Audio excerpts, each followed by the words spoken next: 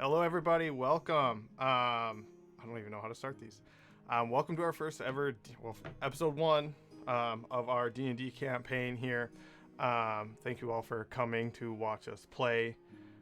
Just a few announcements before we get started today. So, I'm Alistair Forgall. I've been DMing for about 16 years now. This is going to be something that I have greatly strived for, is streaming a campaign for many years. It's what I decided to do when I joined the V2Me community, was stream D&D games.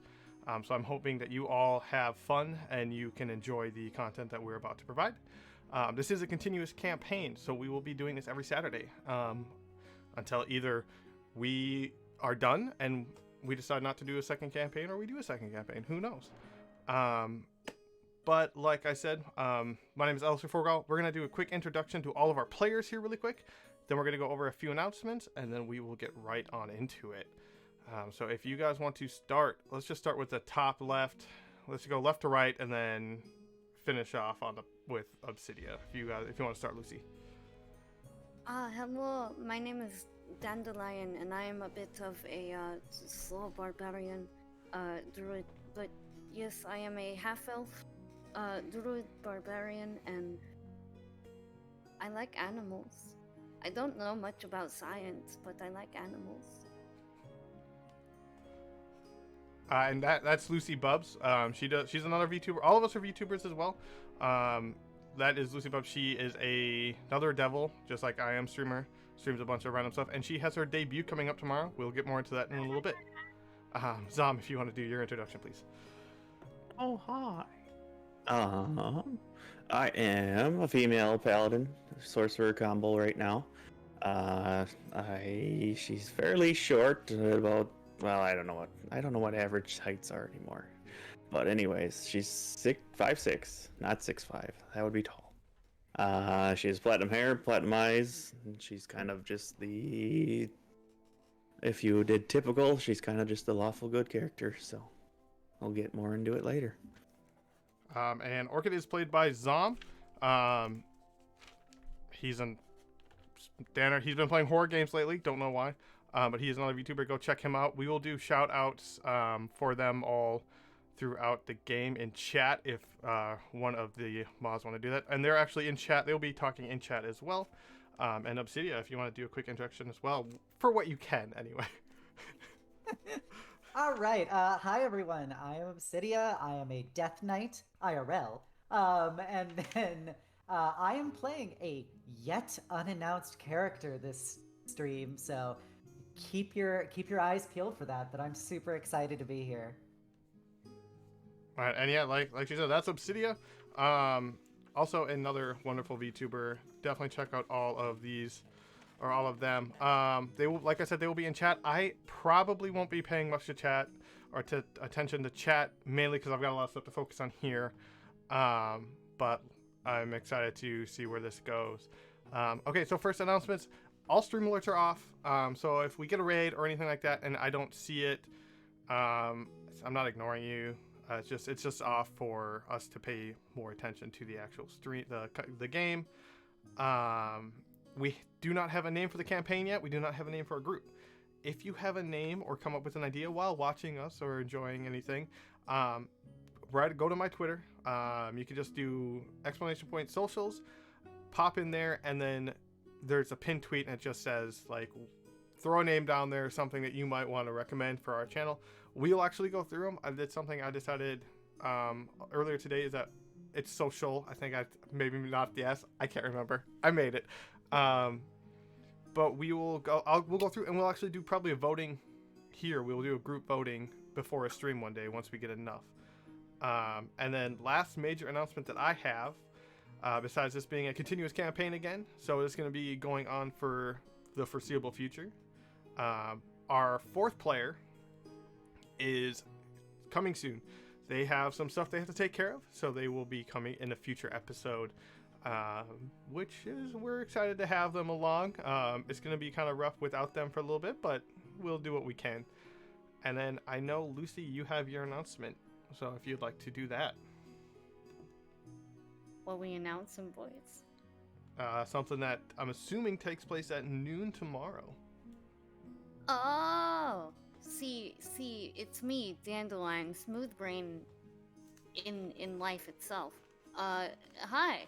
I'm Lucy, and I'm a devil, and I'm debuting tomorrow at 12 p.m. EDT. I'm really nervous. Hi. You're adorable.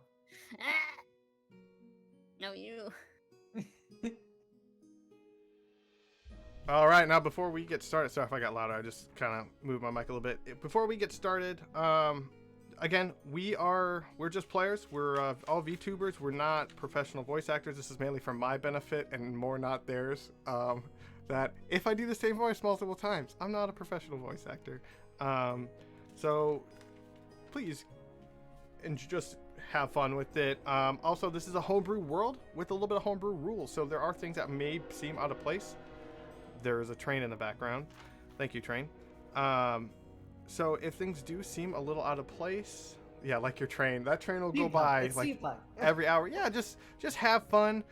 Don't come at me with rules. If I forget something, I'm gonna forget stuff. It's just what I do. But without anything else, does either anyone else have anything they want to say or announce before we get started? I can count to 11. Okay. All right. So with that all said, let's just get on into it then. Let me just get my notebook out.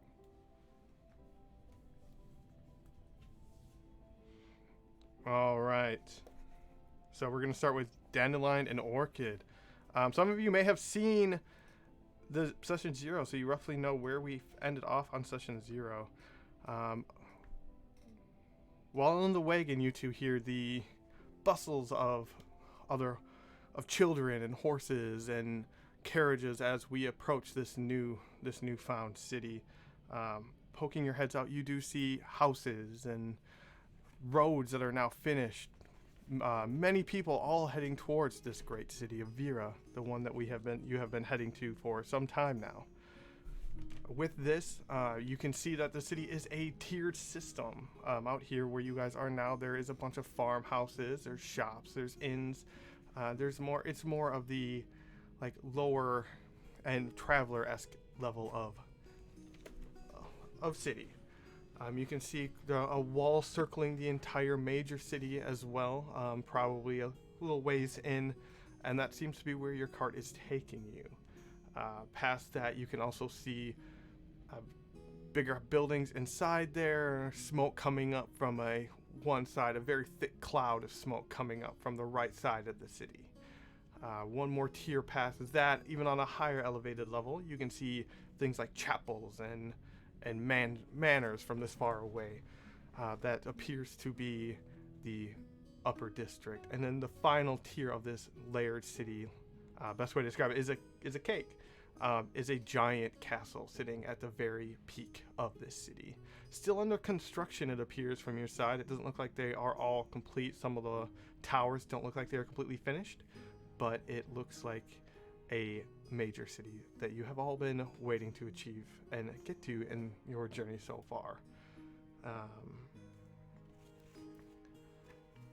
The old man that you've been traveling with, Charlie, pokes his head in. Hey, we're here. Are you guys ready? I have not seen anything like this. Did the stonework eat the trees?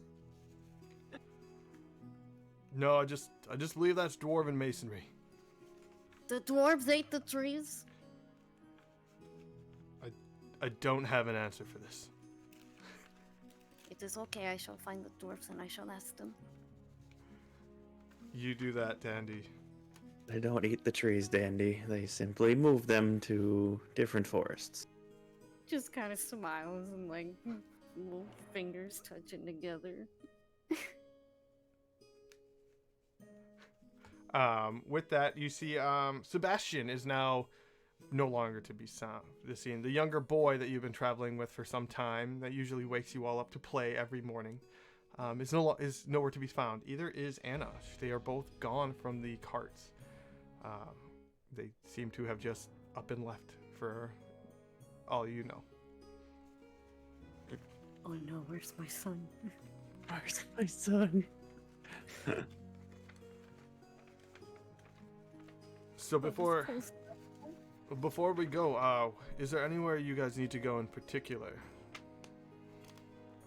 Or are you just traveling? It seems that we haven't quite gone over this.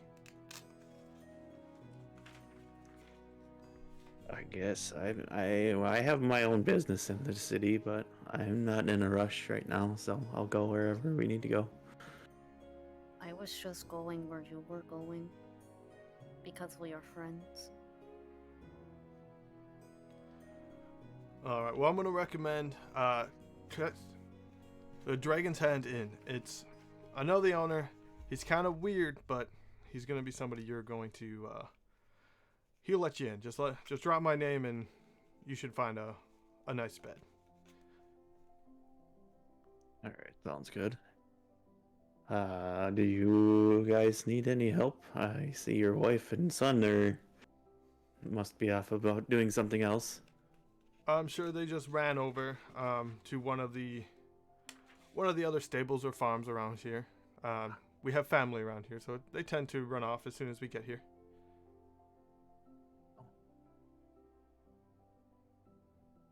Just Well, pick up Snowball and put him on my shoulder. This is my one son I have left.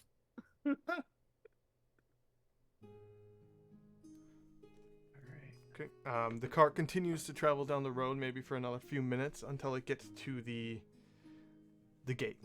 This is a large fortified gate, probably one neither of you have seen quite in size for your travels. The biggest one you would have seen, Orchid, would have probably been the one around probably a few like cities and manors on your way down here, but this is easily 50 feet tall, triple layered fences to get in, and there are numerous guards always on point here. The gates are open at this point, and the cart just goes right through. And Danny, this would have been a first for you. You would have never seen anything like this in your entire life.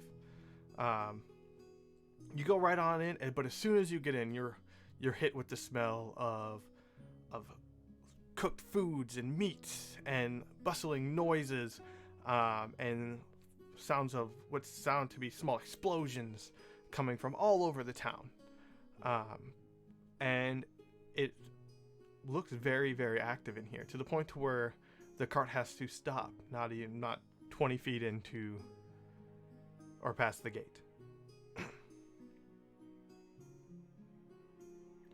This is where you guys are going to have to get off. All right, thanks for letting us travel with you. Just go straight down this road here, and then take your fourth right, and you should see the Dragon's Hand. It's hard to miss. All right. Thank you, Mr. Charlie. And then she's a little overwhelmed, like still calm, but just very slightly uses her hand over and holds on to Orchid's hand. You're Aw. fine. I know Zom will get this reference, but have you guys gone to a state fair and seen how Yeah. tightly knit the people are at state fairs? Like carnies? Yeah, like Basically. yeah, so it would be like the Minnesota or Texas State Fair. It's busy here. There's hundreds and hundreds of people just like cluttered in this area. Everyone's wearing festive clothes. They're wearing colorful clothes. They've got face paint on, masks. There's kids in alleys shooting fireworks off. There's just a whole bunch of stuff going on right now. There's Culture stalls lining shock the for road. Dandy. Yeah, there's stalls lining the roads. There's definitely some kind of event going on in town today. And if everyone's colorful, then I guess I blend in a little. You blend in pretty well. They may not be wearing leaves, but you would blend in pretty well. They're Man, neon colors, Yeah. I'm the kind of person they would stop and take a picture of. basically.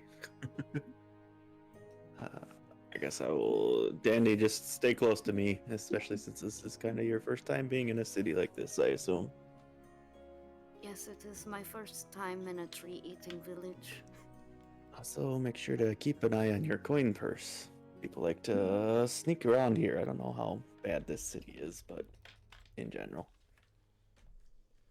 Just takes her coin purse, slides it into the leaves. Okay. All right. Go off to the end, I suppose. Okay. It takes you a little longer than you would expect to find your way down the road. As you're going down the road, people are bustling in. You're bumping into people left and right. It's hard to work your way through this. As you get closer to the center of town, the smell of foods and sweets gets stronger.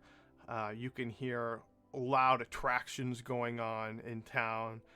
You see stages set up where people are shouting things. There's one that has a bear and a tiger on it. There's one that has a few people hanging from ropes as they're swinging through the air. And then there is a massive stage that nobody seems to be on at the moment. It looks like it's around the center square of this part of the city. There's nobody on it yet, but there is a huge crowd gathering. As you start to make your way towards the Dragon Hand, you do turn down the road, and like he said, it's very easy to see. You see a giant inn, one that has a giant dragon's hand holding an orb sticking directly out of the front of this inn. It's definitely eccentric. It's more than needed, you would say, but nobody's ever going to miss it. You're going to know exactly where you are.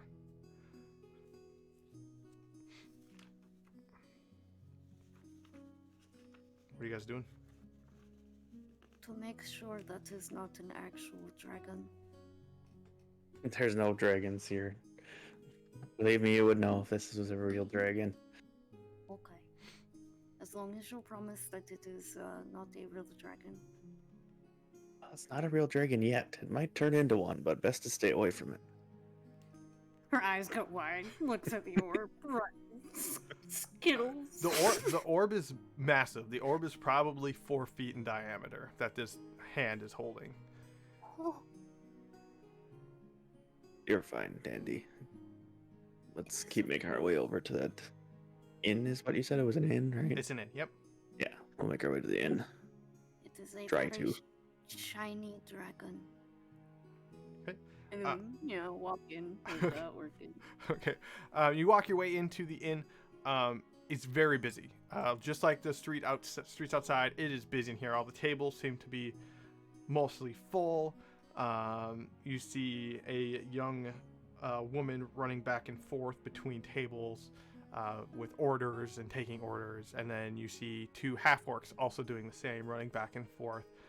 They look identical to the point that you wouldn't even know that there was 2 of them until both of them came out at the same time. And their only major difference is one is wearing a red bow tie and one is wearing a blue bow tie. As they're running back and forth, do you see a counter in front of you that doesn't seem to have anybody on it, but there is a bell on there that says "Do not ring me," and there is a back set wall that looks like it has a bunch of keys on it, and all of them have a single key besides one. One has 2 sets of keys. Well, I'll go walk up to the desk. Okay. Hopefully avoiding people from murdering us. All right. that definitely works. You said it was do not ring. It says right? "Do not ring" on it, like in That's why big I'm like, letters. Do not Don't ring. touch it. But you wouldn't know because But you can't read. Don't touch the bell, Orchid. Or not Orchid. I'm Orchid. You're You're Orchid. Dandelion. I'll get this right one of these times. But it is shiny.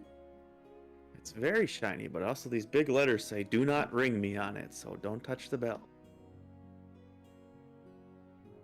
If I can't read it, it just means that I am ignorant to the law. Because that'll get you through some court. You wait a couple seconds, and then you see a well-dressed gnome come out from the back. As he comes out, he's just kind of like looking around, looks over and sees you standing there. And he runs over, grabs his little stool, pushes it up, and then stands up, and he's now standing over the counter. Like, you can probably see from waist up on the counter, so he's not quite as tall as you are, but he's probably 4'8" at this point. He's standing there. How can I help you? Seems like there's a celebration going on. I don't suppose you have any rooms left. I have one actually. And it is you must not be from around here. We have the You're not. Ashes Festival going on this week. Interesting. We came here with Mr. Charlie and his family. Charlie, all right. Give me 1 second here, and he like jumps down and he does a quick whistle. I'm not gonna whistle because I can't. And it might blow my mic out. Yeah, that would probably be painful. Yeah, he does a quick whistle, and as he does the whistle, one of the half orcs come over and grabs. He points up to a key. They grab the key and they hand it down to him, and he turns around and pops back up. I have one room. It has 3 beds in it, but it's the only one I have. That'll work. We can share a room. All right. If you have any questions about the city or the festival, just let me know. If you're looking for food, there is a single table available for you as well, and you just have to share it with one other patron. That's fine. We've been traveling for a while. We might as well have something to eat. By the way, how much is the room? The room for one night is going to be for the current festival going on, it will be a single gold a night for both of you. Oofta. So one gold for both of you to share the room. All right. Yeah. I will give him one of my gold. Okay.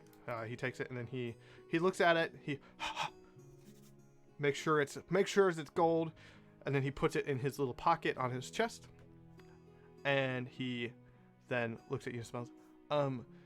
Like I said, you can go to the right across there. You can see that there is a table up in the corner that you can definitely sit in, and we'll have somebody get to you shortly. Right. Drag Dandelion gently over to the table so she doesn't get ran over by the waiters. Thank you for the room, new friend. You're welcome. Just don't break anything, please. No promises, just kidding. Go work our way over to the table. Alrighty, as you work your way over to the table, you see a variety of people in here, just like on the streets. People dressed up, people they look like adventurers, security. They're all just here having either lunch or they're just taking a break from the stuff outside. While you do walk up to the table, you do see a hooded fellow or hooded figure sitting at the table that you could not see. Their back was to you originally. As they are sitting at the table, just minding their own business, having something to eat. Obsidia, if you want to describe your character.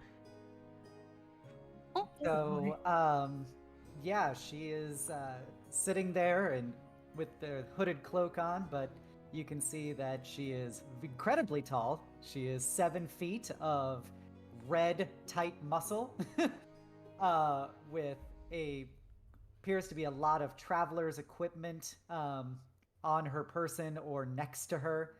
She has very noticeably a set of 2 large horns protruding from her forehead, and shaggy white hair pulled into a ponytail, which is seemingly struggling to contain the mane. And she is glaring at a set of paper with notes written on it in a strange language.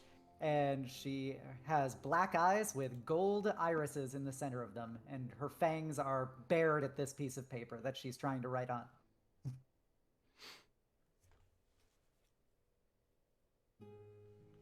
And that's her. Hey. I was told that we could share a table with another patron.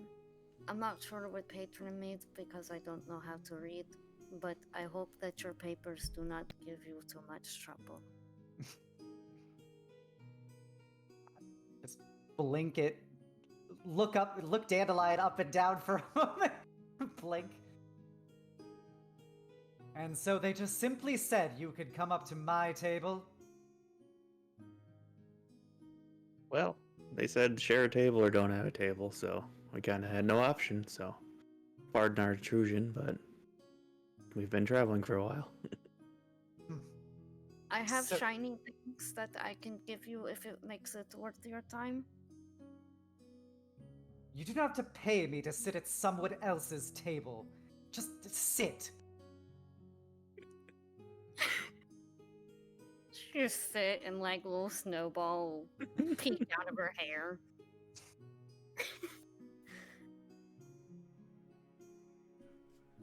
Oh, I guess I'll wave down one of the waiters whenever they're not too occupied. Okay. As you are waving down, you do see a human. The human woman comes running up to you. I'm terribly sorry. What can I get for you? My name is Tabby. I'll be helping you today. Oh, why don't you just give me some water and some wine and then whatever the special that's going on for food. Surprise us, I guess. Okay. What is wine? Wine is an alcoholic beverage. Is it something that you would like as well? She'll just have water too. Okay. 2 waters and a wine and the special. Okay. I will be right back.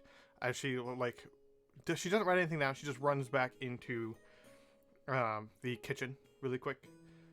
Doesn't take your order. Not gonna use your name because you haven't said what your name is yet. But Yep. doesn't take your order because you already have food in front of you. So no reason to take it. After a couple of minutes, she comes back with a plate of turkey legs. And then sets them. It looks like there's some turkey legs on there, and then some miscellaneous meats on there, with the side of like roasted vegetables, and then puts your wine down and 2 waters. If there's anything else, please just let me know. I will get to you as soon as I can. And she runs back off. I Wow. just look at Orchid's wine, look away, look at Orchid's wine because it's colorful. Oh, it's a nice red wine. It's a very vibrantly red wine. I sigh and say, you can have a sip, but that's all you get. I feel like Dandelion is the kind of person that takes a sip and then it's bitter as hell and like she'll put it back over next to Orchid. Okay. My character will scoff at this interaction as she's continuing to write. Okay. Orchid just takes it back and drinks it normally. Okay. I warned you, this is why I gave you water. I don't understand what this liquid is. Oh, it's something of a more, I guess, sophisticated drink. It's more of a social drinking thing. Nobody really likes it that much too often, but you drink it to drink it. Why would you drink it if it makes you unhappy? It does make me happy. It just takes a while sometimes. We do many things in life, regardless of how unhappy it makes us. Good point.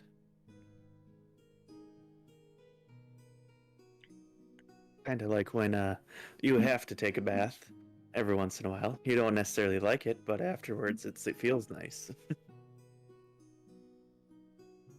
You don't like baths?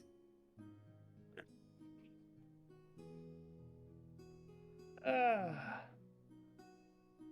Oh. So after a while, after you guys have been having this conversation, you do start hearing even louder bangs coming from outside. And like you hear a crowd starting to cheer and scream, and it starts to get loud enough to the point to where the noise in here seems somewhat quiet compared to out there, even though it is a bustling in tavern at this point. Suppose that this festival must be pretty big if they're making this much noise. Is it something you want to go investigate there, Dandy, or would you like to stay inside? I would not mind investigating, but I am hoping that our friend will be okay. I think our friend will just be fine without us.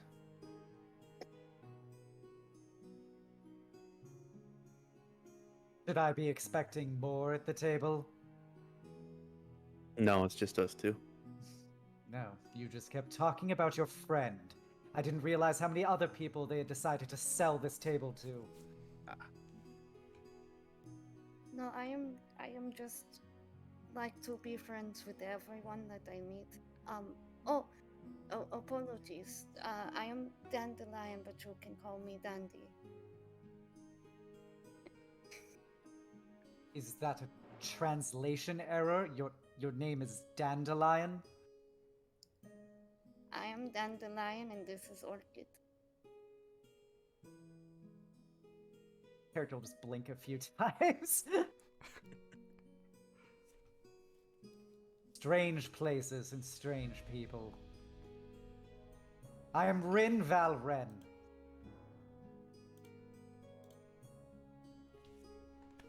And for your knowledge, Rin is the only one that you have ever seen that looks like this. It is okay to be a little strange. We are in a place that I'm assuming that the dwarves have eaten the trees. But it is nice to meet you, Rin.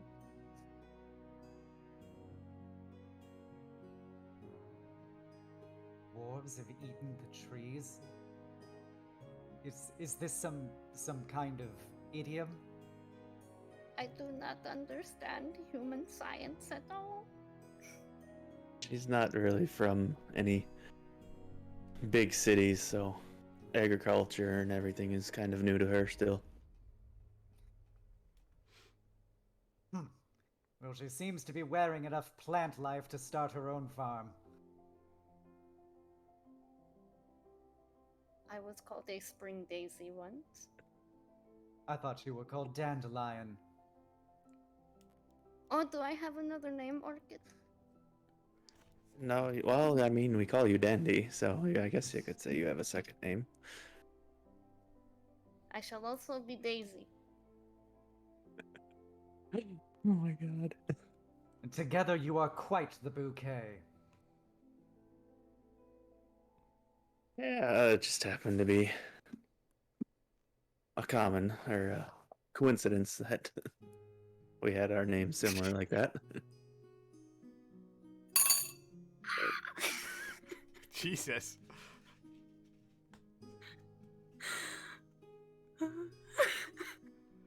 All right. While it's still getting louder out there, you do see the little gnome come running on. I hope you guys are having a good time. If you need anything, please let me know. As he's doing the standard, like, I'm making sure people come back. I want repeat customers. The food and the drinks are great, but I guess since you asked before, what is this ceremony that is going on right now? The Ashes Festival. Well, I don't really know why it's called the Ashes Festival. Probably something to do with us being burned to ashes. But over 100 years ago, there was a war that most people know. The War of Tiamat took place, and she decided to use our humble city as her wonderful little den. After taking over our city, the heroes of New came out and slayed her, of course. And while they did, they freed our city from her reign. And ever since, on the anniversary of that 1 week final battle, we have the Ashes Festival. This is actually the second to final day of the festival. They'll be doing reenactments of the final battle out on the stage. It's probably going on right now if you can hear it. And of course, even here in our humble inn, I do know the heroes of old. In fact, they stayed here in their own time. And as he says that, you hear like a couple people who are clearly like drunk, and they're probably regulars, just go, "Oh, not this story again, old man!" And he's quiet down, you. I can say this story because I know them. I know them all by name. They all stayed here, and I can even tell you what kind of weapons they used. And I can tell you which rooms they stayed in. And he just continues on. But for the most part, it is just a festival to show that we still respect the heroes, even if they are long gone. Most of them anyway, or if they are having the rebirth of our city out from the ashes, they seem to say. Something more like a phoenix, even though it was a war against dragons. Rin is gonna kind of growl under her breath and look invisibly distasteful over basically the speech about celebrating ashes and the city burning down and stuff. That's okay. That's understandable, yes. I would like to ask why you would celebrate the burning of trees in city. Well, we're celebrating the defeat of Tiamat more than anything, and we're celebrating the rebirth of our city. He turns and he points up, and you can see hanging from like the center of the tavern area of the inn is a old wooden sign. It's like one of the old standard hanging signs that on each side would say like the store name and have like an icon. It says the dragon's hand, and half of it's like scorched up, so you can't even see part of it, but it looks like a hand holding an orb again, but it's completely burnt up, destroyed, and it's just hanging there from the ceiling. And as he points to it, some of us were very lucky on our return, and some of us not so much. I hang that to remind myself that just because I survived and I had friends who survived, not everyone did. So it is a good reminder to keep things of the past with us and remember that things cannot always stay for the better. But while we are in the better times, we might as well enjoy them and celebrate them when we can. Interesting story.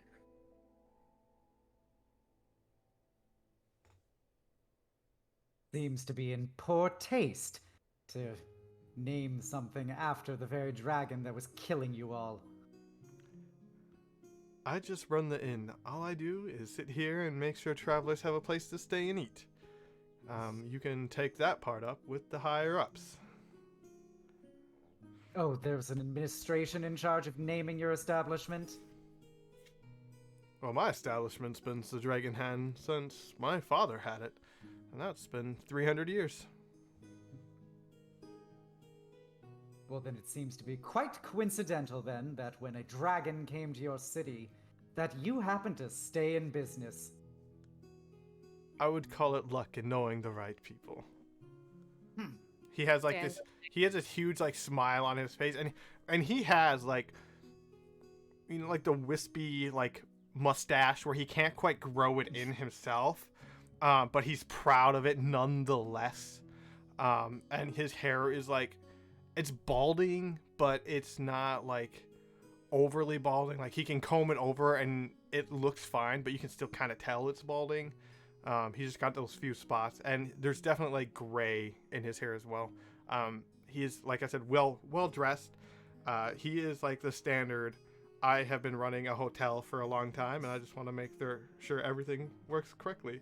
And he always is in somewhat of a cheery mood. I feel like Dandelion is just looking between him and Ren, just like back and forth, like. Orchid just kind of pats Dandy in the head. It's fine.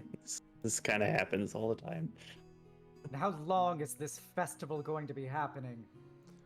It ends tomorrow night. Good. Is there anything else I can help you with? Is there some sort of final ceremony about to happen, or is it kind of just going right? They will do the reenactment tonight, and they will probably do it one more time tomorrow. Besides that, there will be a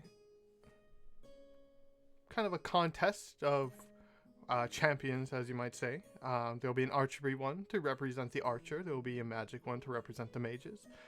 There will be a fist festival to represent the monk. There will be a swords festival to represent the soldier. There will also be a nice little demonstration of the last surviving thunder cannon of the gunsmith that was also part of the group.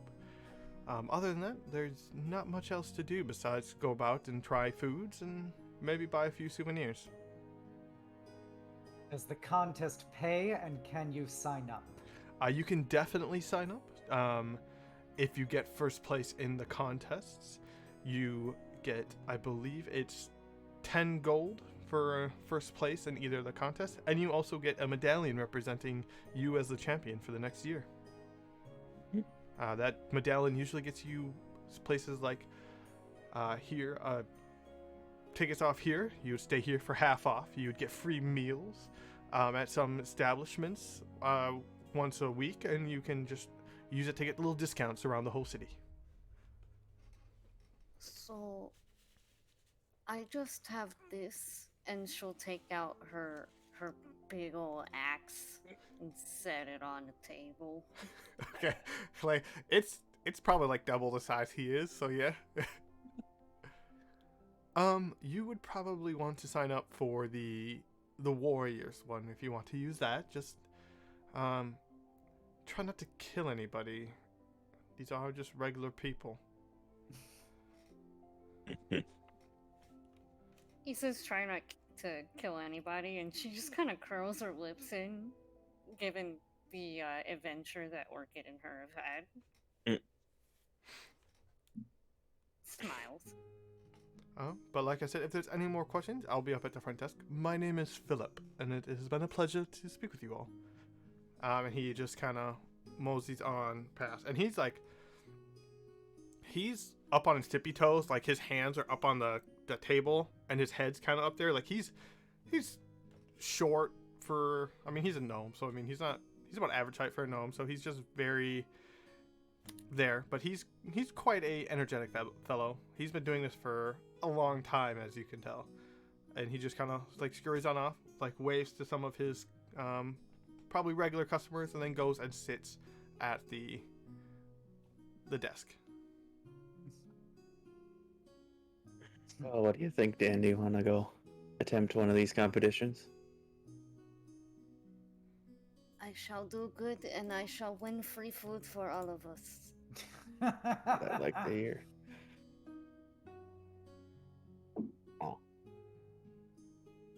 Rin kind of laughs mockingly at that prospect. And she will pick up her paper and scrunch it into her pocket, chug down her drink, and stand up. And, you know, when she stands up, it is truly evident of how tall she actually is. And her somewhat, like, barbarian-esque armor of lamellar strips and stuff with cloth and linen wraps around her body.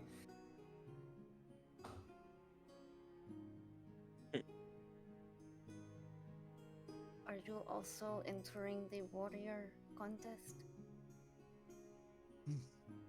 No, I don't think that their weapons are exactly coinciding with my tastes, but I am somewhat of a capable archer. Let's see if these people have any actual skill amongst them. It is nice to see you riled up, friend. Oh, I am far from riled up.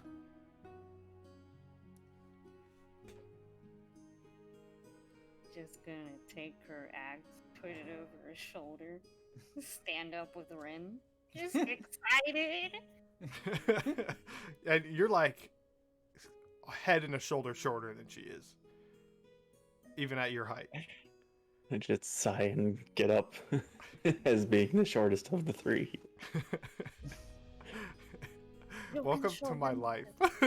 Just grumbling to herself, kind of, because this is one of the things she's self-conscious about. You can show them how good you are with your long stick.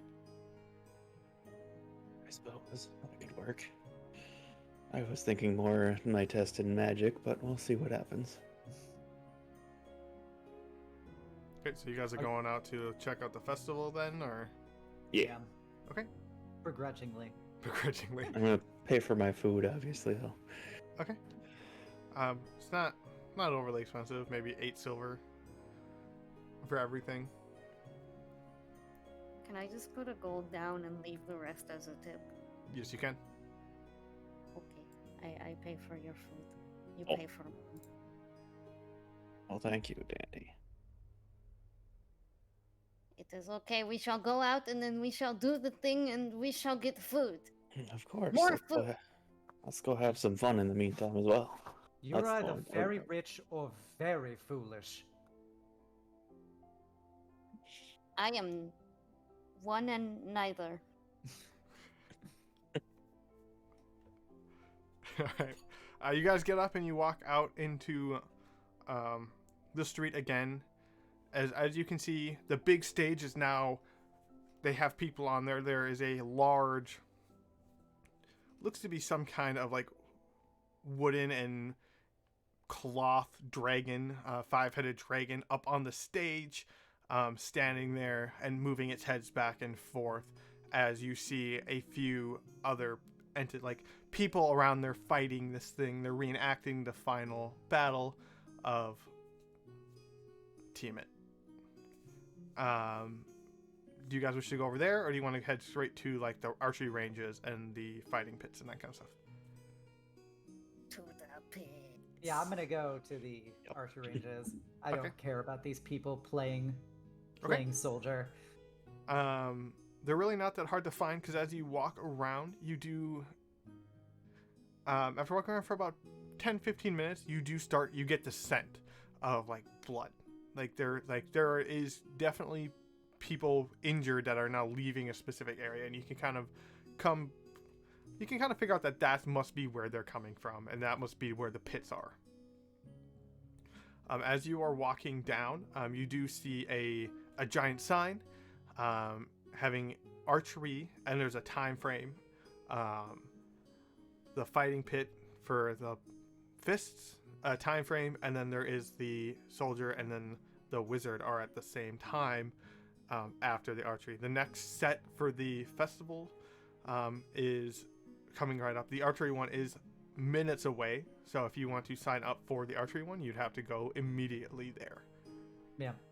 Okay. I will look at these two and I'd be like, you are new here. Perhaps you will prove yourself strong enough to survive your coming days. I am going to go make money to further my own endeavors. I will be cheering for you. Good luck. I feel like it's like walking, and then there's like a child duck, like it's a mother duck walking, and then the child duck is following, and then the dad duck who's supposed to be watching is just like begrudgingly following the child so the child doesn't do something stupid. That's all I'm getting from this. Look, I'm skipping down the fucking way with my giant axe. Yeah, as Danny says that, Rit kind of gives him this look of like squinting of, I'm not sure that you're serious when you talk or not. Yeah, that's Andy, careful with the axe, please. It is okay. I shall not hit anyone. Skipping. Just having a Orchid is a just good mildly sweating, waiting for it to actually knock somebody over. okay. time. You walk your way down. There is an archery range down there. It is one of the few places that don't have a lot of people because you can't stand on the range. There is a tall man going, tickets. Do you want your tickets? Participation tickets. As he's like walking down. There's only one person doing this as they're kind of like walking down through the crowd trying to see if anybody wants to participate. There's 2 participation spots open that you guys can go in. It is free to participate. Yeah, I will impose myself in front of him and look down at him and say, I'm here to compete. He just looked at you. All right. Give me 1 second. And your name? Rin Val Ren. He just like looks up to you. Okay. And he just like writes down Red Lady. And then he gives you a participation ticket. Please go to station 7. Rin will look at the ticket, look at the red lady caveat, snarl at him, and walk away. Would either of you two like to participate? No, I'm actually looking for the wizard. This one is looking for the soldier. That will be taking place in about an hour. So once this one is done, you can head on over there, and then it should be about 10 minutes after.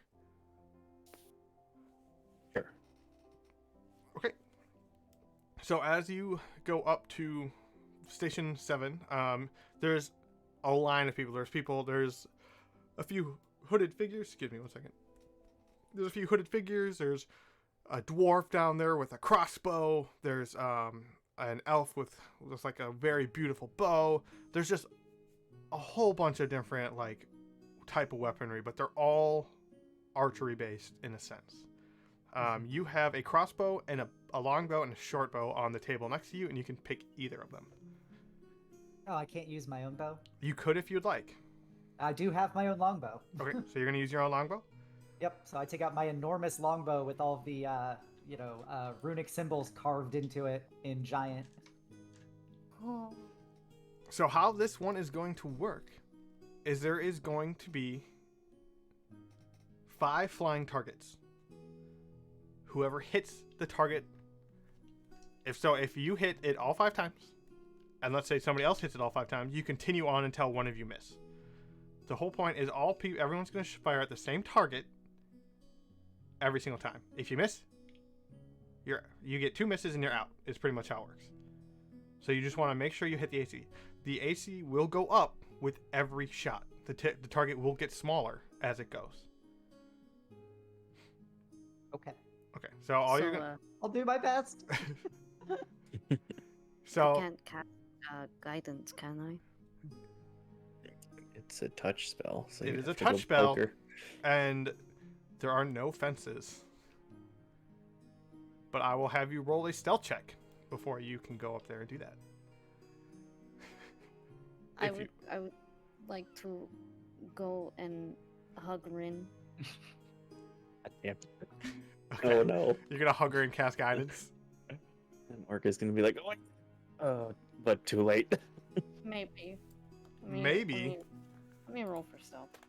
Or wait. Well, if you're just going up to hug her to like do, I thought you were gonna go up there and like secretly try to cast it. But if you're hugging her completely, Oh, I was going to hug her and cast guidance. that's totally fine because I doubt anybody will notice as you're hugging her that you're casting guidance. Yeah, if Dandelion's gonna walk up like behind Rin to give her a hug, Rin is definitely going to get defensive about this. Okay, so what are you gonna do? If somebody sneaks up behind me and about to touch me, Rin is going to reach down at her side to take out a weapon. Oh, no. I'm gonna crab shuffle like around to your side and lean in, hug. I am giving you an extra little good luck and hit your targets very well. And she'll just boop her on the nose. Okay. Rin will snarl at this. And you now have guidance. There you go. So for 1 minute, you gotta add a D4 to any ability check, and Yeah, technically, yeah. you know, you've been playing longer than I have. Yeah. If I am to succeed today, it will be on my strength alone. All right. Just looks back, waddles back to Orchid. As you're standing there, you see the same guy who's thinking, all right, let's just as we go. First target's going up and draw, please. Gives you all a second to draw, and then the arrow or the target shoots up. It is a decent sized target. Like it is a good, probably 3 feet in diameter. Just flies right up into the air.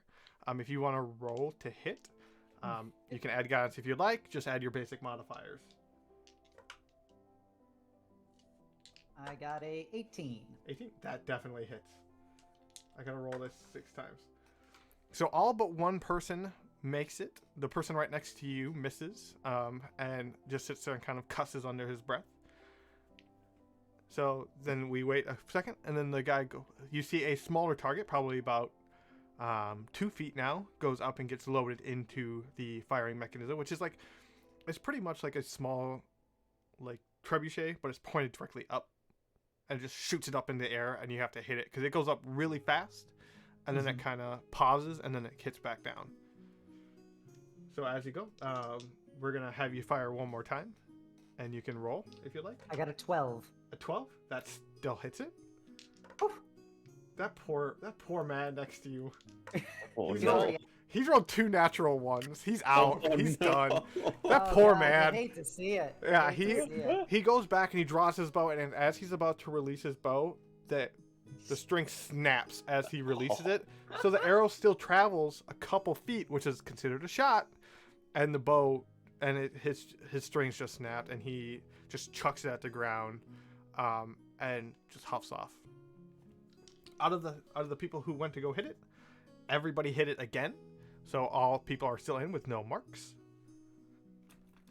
And then the next target, which it looks like it's about a foot in diameter, is getting loaded in at this point, and you can roll to shoot as soon as it launches, and it gets fired now. 21. 21. Yeah, that hits. Jesus. Only one person hits it this time. Is it me? Besides you, only one of the remaining 5 hit it. So we have 4 checks at this point on the bar. And then finally, like the next one, it continues to get smaller and smaller. So we're at about, we're just under a foot as it loads. There's only 2 targets left, I believe, and then pretty much it's just going to keep going at the smallest target until you or somebody else is the only one hitting the target. Okay. And you can roll to hit now. Another 21. That hits. All right, 2 more people are eliminated, and the one person who has hit every single time with you is still in. He did not miss, but the 2 people who did are now out, so there are now only 4 people remaining. Is it the elf with the fancy bow? It is the elf with the fancy bow has hit this Damn it, bullseye Legolas. every single time. They have hit pretty much on the dot. And then now the next target, the second to smallest target, is going to go up, and you can roll to hit whenever you're ready. 20. 20. That just hits. Oof. And the other 2 are eliminated, and the archer with you, the elf, is now with you. And what they do is if you guys could scoot in, please, to get into the more centered areas. And that elf again hit it perfect on the dot this time. The natural 20 on her end to hit this. Oh. So now it's you Figured. versus elf at the smallest size. It is absolutely tiny. So either if both of you keep missing, it goes until one of you hit, or it goes until one of you miss twice if you guys are constantly hitting. You both have 0 checks, so you can keep going. So I'm going to have you roll for this target. Okay. 1 second. I feel like I'm rolling against Zom. Damn it. Oh, Good. that one. That Oh. one? Ooh, and now against her natural 20. God damn it again. Like again, pulls off her hood, pulls back the shot, and just sinks it right in. As you go to shoot, as soon as you shoot, we'll just say you're distracted by her taking off her hood, and this vibrant orange hair bursts out from her hood as she shoots. She kind of looks like who's the person from Brave? Oh. Merida. Merida. She kind of looks like Merida. Shoots the arrow, gets perfect shot again. As they look, and the announcer, and that's finally a miss for the tall one. Put that under your name. You can do it, Rin. And then they're gonna go and shoot again. So you guys can roll and shoot. That's we'll see. Oh my god! Another nat one! Another nat one. You I both. hate to see it! Yeah, I hate to see it. She shoots. She just barely misses. Like she hits the edge of it, but it doesn't stick, so it doesn't stay. And as the target is now spinning midair, you go to shoot at it, and it's just thrown off so much you shoot very wide and miss completely.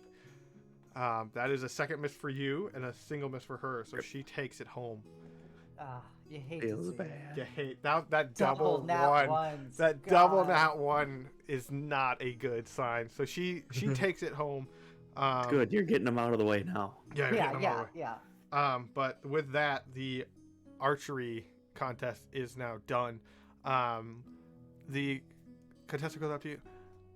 For second place, you do get an additional 10 gold as well. You do get the reward funds. You just do not get the coin. And he hands you 10 gold pieces. I will take the gold. Okay. Like, I will do better next time. Yeah, and you see like the woman look at you and just kind of nod at you with she's not smiling. She just has like an understanding, like this is a competition kind of like nod to you. And just kind of walks into the crowd once she gets her coin and just walks. I will put my bow away and head back into the crowd. Okay. As you I'm head, gonna ask the official what the wizard test is, because I need to make sure I have the spell to do it. the wizard test is mainly a check to see just how good you are at dealing with specific situations. For the most part, there's gonna be a defensive territory, an attacking territory, and a strategic territory of magic that you're gonna have to use.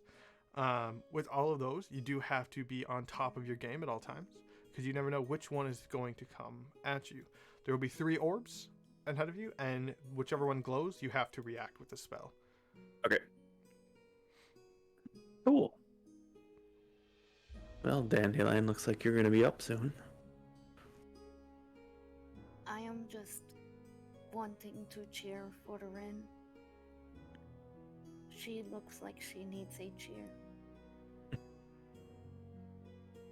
Well, if you want, we can try to go find her, but your competition should be up next. She is not hard to find. True. Tall, red, Yes. Glaring. angry. Yeah, we'll go see Ren.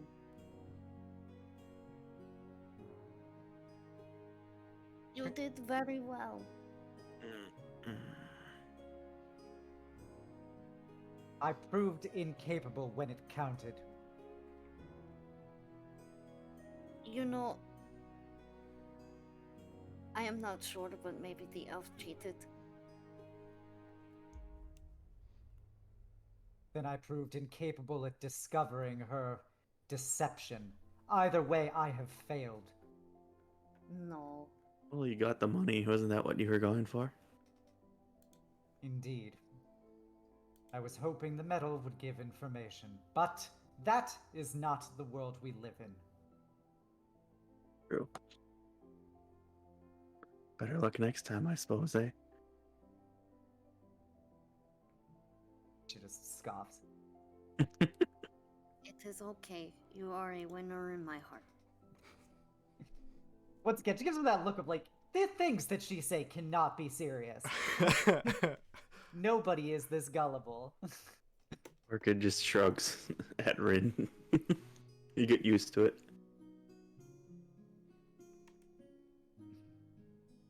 All right. At this time, you do hear the announcer shouting for the combatants to now enter their arena. If you need a ticket, please enter. Meet with somebody at the stage. As you just constant screaming now, you can just barely hear the same announcer going, "If you need a ticket, find me." And he's like standing on a thing, just waving. He's a good distance away. It's an actual fighting pit this time that you'd be walking up to. Oh. Put my hand on Dandelion's shoulder and say, "I think you can handle this. You'll be fine." And I'm gonna cast guidance on her. Okay, so for 1 minute you have the D4. Okay, you never your natural ones wouldn't help. No. So, It wouldn't matter. Yeah, because that one. yeah, nat one. But So let's see if you are perhaps capable of anything besides inadequacy. I am not sure if I can use my axe, but if not, I shall fist them good. while you phrasing, While Orchid you are just while you're sighs and walking goes over to there, the sands. while you are Yeah. walking over there, you see the contest, the monk contest, the punching contest, pretty much. You just see two people. You see a small dwarf and there's this Goliath who's like beating on each other, over and over. They're just standing still in their spots as they're just trading blows as you pass in another like fighting pit next to you. Oh, I see. Coming up to where you are, Danny, do you go up to get your ticket? Yes, I would like my ticket. Okay, so you go up. Can I help you? Yes, I am not sure if I can use this. So far it looks like people are using their hands, but I would like a ticket. Do you want to go into the actual combatant one? You can use a weapon over here. And he points over, and there's like one more. There's two fighting pits. One is for punching and fists only, and the other one is weapons. I would like the weapon one. All right. Here is your ticket, and on the ticket, he gives it to you. It has a number on it. You don't know what that means, but he writes down pretty much colorful outfit. Like he's pretty much just writing like descriptions on his piece of paper, so he knows what number ticket he gave you. You got the 7 on there as well. There is one more spot open if anybody else wants to join this one. I'm assuming no. All right, how this one is going to work is you are going to stand still in your spot. You have to take down as many people as possible. You cannot move. You are allowed to use any skills you would like. You're allowed to use any weapons you can like. Your whole point is to stand still and just take out as many people as possible. If you take out 6 people, you automatically win. Oh. Okay. Okay? So you're gonna go in against an already injured person. Because it's fresh meat versus an already injured. So after a little bit, you go in, and then as you walk in, you see a black box on the ground, and the other person is standing in a black box in front of you. This person looks pretty worn out. You can tell just when you were watching him that he fought 2 people before you, and he looks decently worn out as he's standing there. He has a short sword and a shield, and he's just kind of sitting there, holding his own the best he can. He's a younger looking fella, definitely here to try to prove his point. Dandelion just walking up on her box like little girl. Yeah. Hello, friend. You have a very nice sword. So each person is going to have a set amount of health, and you just have to beat them. There's no time for potions. You can use any. Well, if you had like a second wind or something, you could use it. Like I said, you can use any skills you want. You can hit however you want. There's just no pause for potions or nothing. You have to continue the chain of 6 to win. Okay. This guy already looks like he is pretty worn out. How many rounds were there? She's the 7th contender. So pretty much what happens is as more people get tickets, the longer like you can go. But as soon as one person beats 6, the competition is over. You're done. Like that person is the winner. So it's just her first one. Okay. This is her first one. She's going in against the person who just won the last match. Okay. Are you ready? I would like to rage. Okay. I was gonna say, wait, use it later. So you rage right away. And then I'm gonna have you roll initiative really quick, and I'll roll initiative for everybody at the same time so we can see who hits first. My team. What did you roll? I'm trying to see my keyboard in the dark. Have you considered turning on a light? Yes. I function in darkness. I'm a high functioning dark vision motherfucker. Hello, darkness, my old friend. That's 18. Yeah, you're going first for sure. Okay. Okay, so you have first move. Bring me the man with the short sword. He's standing directly in front of you, like maybe a foot and a half in front of you. I apologize. Another rule: if you get off the box, you lose. Okay. So stay on my box. Hit man. Yep. Yeah, I shall smack him with my great axe. All right, The, roll the, the I flat swear side. The flat. Okay. Just roll to hit. That would hurt. That would hurt so bad. Getting slapped by a giant piece of metal. Yeah. I mean, getting cut by it would have sucked too, but I mean, Yep, it would definitely have hurt more. Yes. What did you roll to hit? I have got a 16. That definitely hits. oh, that was the roll. Okay, I thought it was you hit damage. Roll was for 16. damage. Alright, so that'll I be don't think it's possible for her to do 16 damage unless she criticals. 12, 3, 12? Jesus. Yeah. Close enough. You smack him, and as you smack him, he just falls flat on the ground off his box. I kind of want to smack him like a baseball. That's what I. So as you go, you just baseball swing. You bat him, and just as you bat, you lift him off the ground and just like push him off a couple of feet from his box. Who is next? Hello, new friends. It is me, Dandelion. Orchid's cheering for.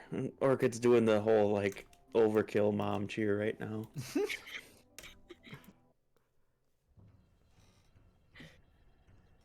Alright. Okay. We're gonna Raven's actually. just watching this go down. The next person comes in. This is a halfling comes up with 2 swords in hand. Walks up to you. An older woman has 2 of them. You can definitely tell she has seen combat in her days, but she is there to prove a point, like all the rest. And I goes, you get a swing first. Oh, I get to swing first? I rolled for all of their initiatives at the same time, and you're going first. Okay. Roll a little fast. Straight baseball, one shot everybody. Do it. Oh shit, that's neat. Would guidance help this? Oh, it's an attack. It adds to your attack hit because it's technically a skill check. Yeah. Yep. 1d4. That's a 12? A 12 just hits. There you go. Hey. 12 plus 3. That is 7 damage. 7 damage. Okay. Are you using the flat end again? Yep, I don't want to kill anybody. I was told not to.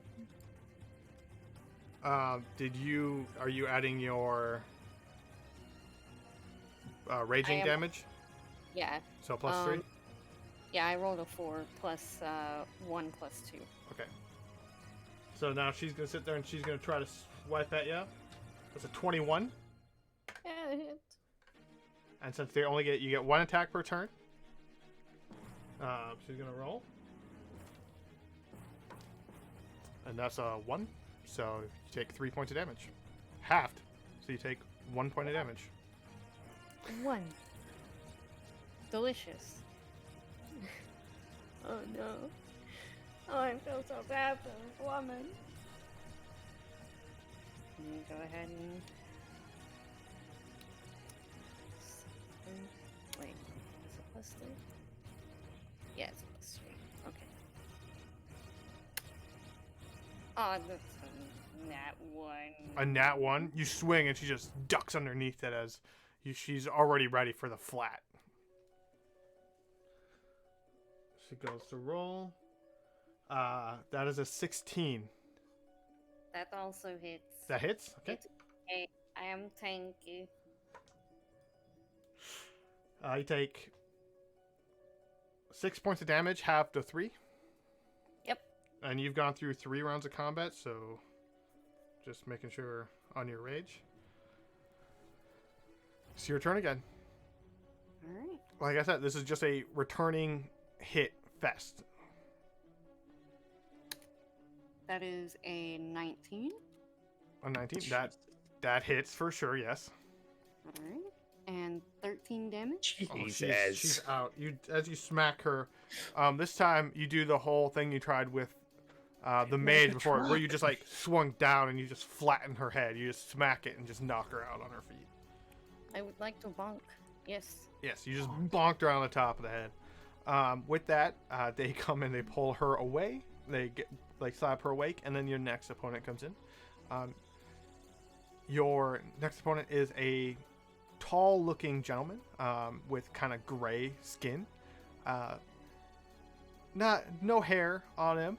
He has a few tattoos surrounding his body, and he also has a great axe looking back at you. Ooh, hype, hype. Hello, great axe friend. Hello. It is nice to meet you. Just swing.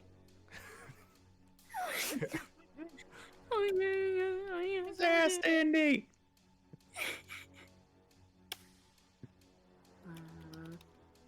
24. That is a 12. A 12 misses. Mmm. Delicious. Hit You me, hate to big. see it. You hate to see I it. hate to see it. It's not. Yeah, it's gonna be interesting to see. He rolled a 12. That does not hit. I figured as much. You're up. Alright. That is... Because I don't trust that this is gonna hit, so I'm gonna add my default. You should be adding your D4 to everything. Oh! You can Oh, you shit. can add. You have it for a minute. I added it to the 11 and I rolled a 1, so it was 12. Okay, so this is a 17. That hits. Alright, big boy. Oh, +2. Well, you only get the guidance once. Yeah. Oh yeah. You get the guidance once. It lasts for a minute, but you get the guidance once. We'll just count this as a. No matter what, you're gonna hit. Because what did you roll for your guidance?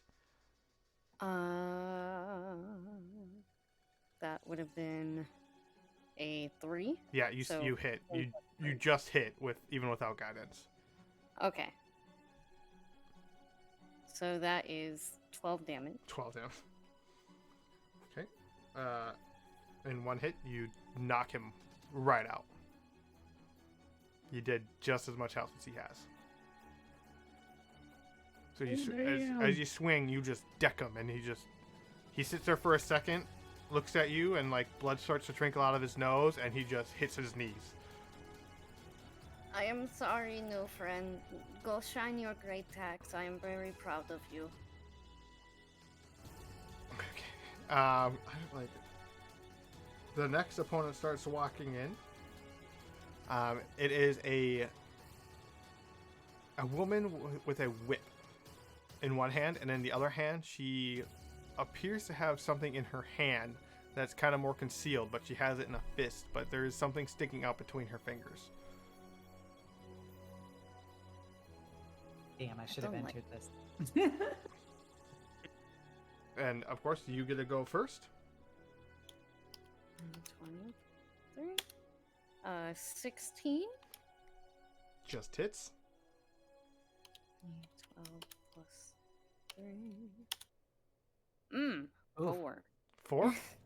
Yep, literally minimum damage. Yeah. As you go to hit, you smack her right on the side. She just kind of shrugs it off, and as she shrugs it off, she swings up at you with a punch with whatever is in her hand. As she opens her palm, you see a dagger sticking out from her arm as a blade sticks out underneath, kind of like Scorpion's chain that comes out of his wrist. It just kind of pops up, and she just goes to palm you and stab you with this. Bitch. That's a natural 1. So Ooh. she goes, and as she goes up, you see it coming, and you just dodge out of the way as she goes and gets right past your face, and then pulls it back. It extends like 6 inches, and then she yanks it back. You should not play with sharp objects. They're very dangerous. Says the one with the giant great axe. I'm hitting with the flat end, thank you. What's the plus sign? Okay. That's a 5. That's a 5 to hit. She rolled a 2. That misses. She rolled a 7, so she also misses. This time she tries to swing at you with her whip. As she goes at your ankles, you just like step over it and it just cracks right underneath.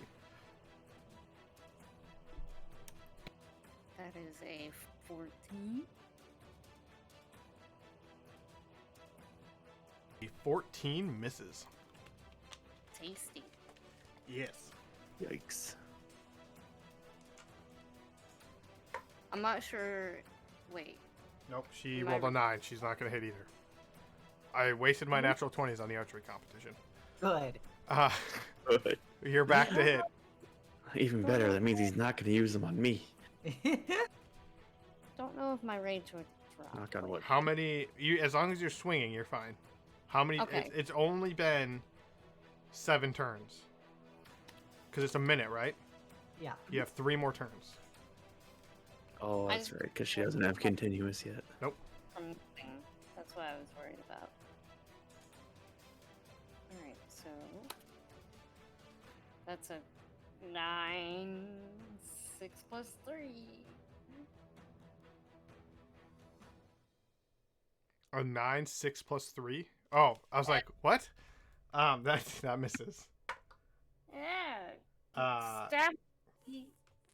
14 14 just hit. just hits. All right, she's gonna go with the hand dagger again. You get 4 points of damage as the dagger comes up and hits you right in the shoulder. Like it is, she's not quite far, like big enough to hit you with her fist. This is why this is the weapon challenge. Like you guys are far enough away to where you have to swing with the weapon to hit each other. If you're a smaller creature, of course, you kind of get a closer box, but extent gets you right in the shoulder and then it yanks right back out. You take 4 half to 2. Unfortunately, she does not know that I have skin of steel. All right, it is your turn. Alright, I'm praying. That's an 18. That hits. 13? 13 points of damage. Mm-hmm. You go, and this time as you go, you swing, and she's constantly staying crouched and like trying to maneuver around your axe. You swing, you uppercut her, and you get her right in the chin and just blast her off the back as she lands flat on her back, unconscious. Damn, one more, Danny, you got this. One more? I don't know how to count. How many is that? That was 4. You need to beat 6. Oh shit, I thought it was 5. The next person comes in is somebody in a full suit of armor. You can't give any details to it. They are in a full set of armor. They have the visor down and they are just standing there ready. They have a great sword, and they are ready to pretty much go at you. You can swing whenever you are ready. 11. Miss. As you swing at him, you try to flat him, and it just like hits the armor, and he just like looks, or they look at you and just kind of shrug it off. It's an 8. You had a good run. Yeah, I'm not rolling very well either, but that's an 8. So that's a miss. So you go. Alright. He does not scare me. He does not scare me. That's also an 8. God damn it! That's a miss. That's a 20. 23 to What? hit. Does a 23 hit? Yeah. Yeah. Yeah, I do. Oh boy. It's okay, he doesn't scare me with his great giant sword. He doesn't scare you with his great giant sword. Oh, because I have a great giant axe. That is very true. You do have a great giant axe. Give me 1 second here to make sure. And if my rage goes down on this turn, I will... Re-rage. Rage.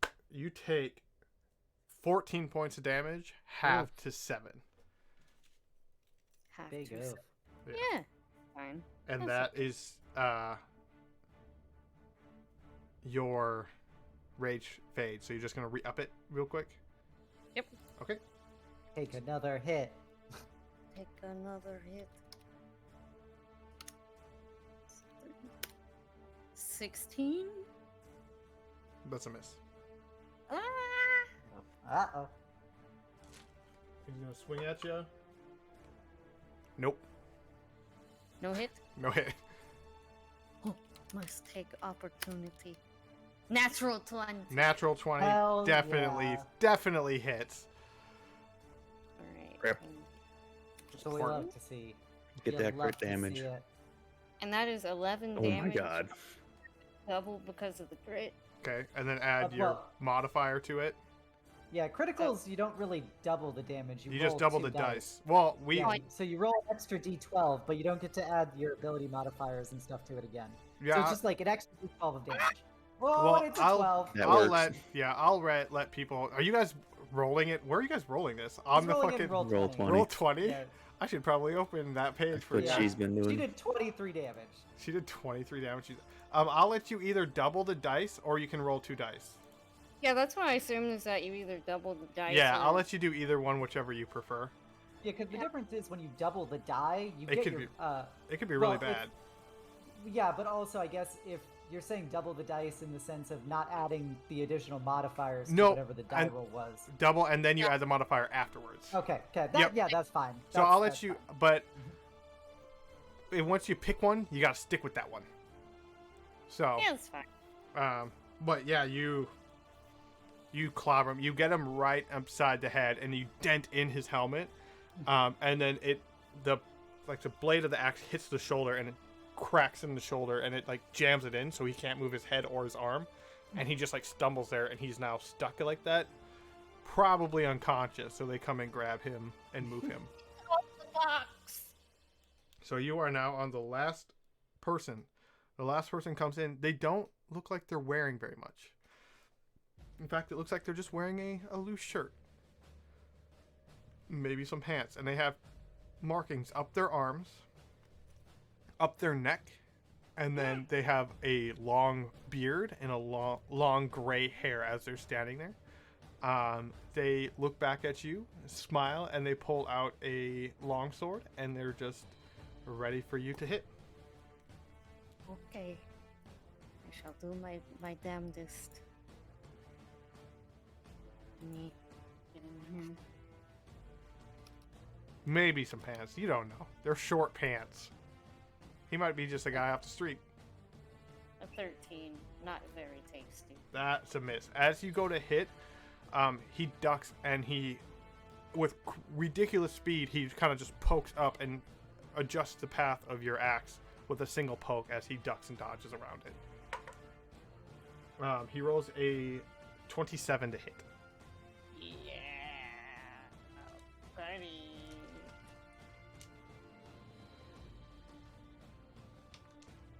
Gotta find my right dice. I moved them. You take 9 points of damage, half to 4. Okay. Still pretty good. Alright. That is a 17. Or 17 misses. Oh! By the way, Obsidia's been rolling on D&D Beyond if you didn't have that up too. 'Cause you can, I saw her rolls on my screen, so I assume you can too. I don't have it up at the moment because I Yeah, closed it for the map. I'm not cheating. I'm not cheating. I wouldn't give myself double ones. I'll reopen it because I closed it in case the map registers something funny, but I'm going to reopen it real quick. So give me 1 second here. Okay, why did it open up Twitter? Go away. Twitter is the real D&D Beyond. It let's be really honest. is. It just decides that Twitter is like, hey, I want to play the game. Well, go away, Twitter. I guess Twitter would be like an Aarakocra. Yeah.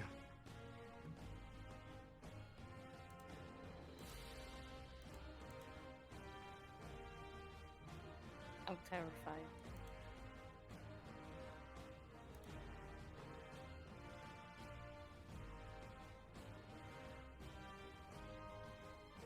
All right. You can. Did you roll again? Oh, I didn't know if you took your hit because I missed with the 17. Oh, you missed with the 17, and he got a 21, which I know hit. Yikes. This guy cheats. He cheats. That cheats.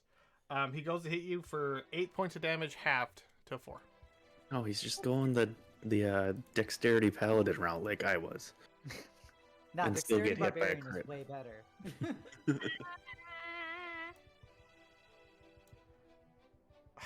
Did you try yourself saying, "Oh no"?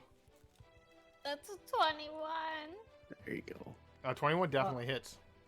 Oh, that's Okay. a miss. 12 plus 3.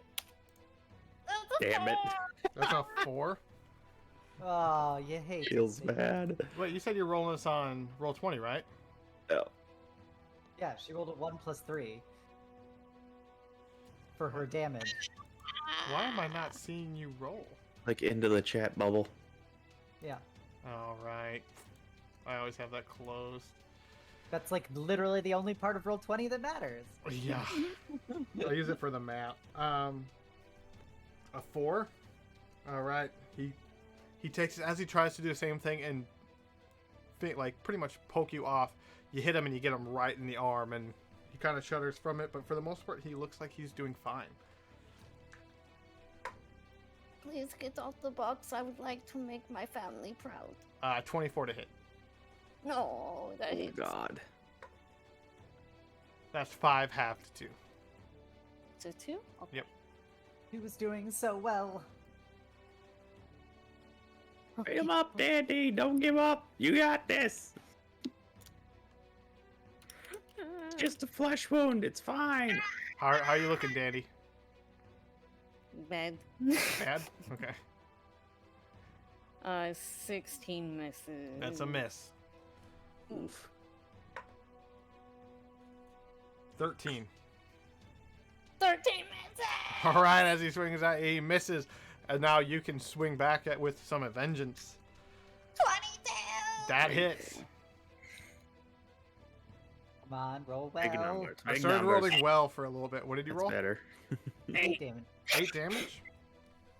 He is starting to look really rough, but he is still holding in there as you bonk him again. With the bonk. With the bonk. He's going to swing at you with a natural 1. That does not hit. Get off the box!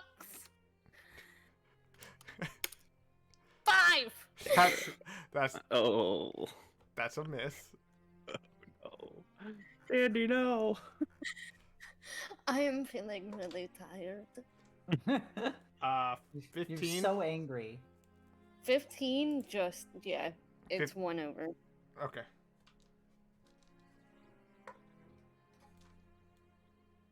Six halved to 3. Okay, we're still. Oh. Go. Oh. Hang on, I'm gonna type something in chat for my other party members. Oh. Oh no. Oh no. Oh, That's a miss. big eek. 14 does not hit. I'm gonna let you announce it. That way I don't read all your chats. That's the second natural 1. Ooh. You can do it, Dandy. 19. That just hits. He's got a 19. Jesus. Oh, he's. Yeah, 15 max points of damage? Max damage. You Overkill.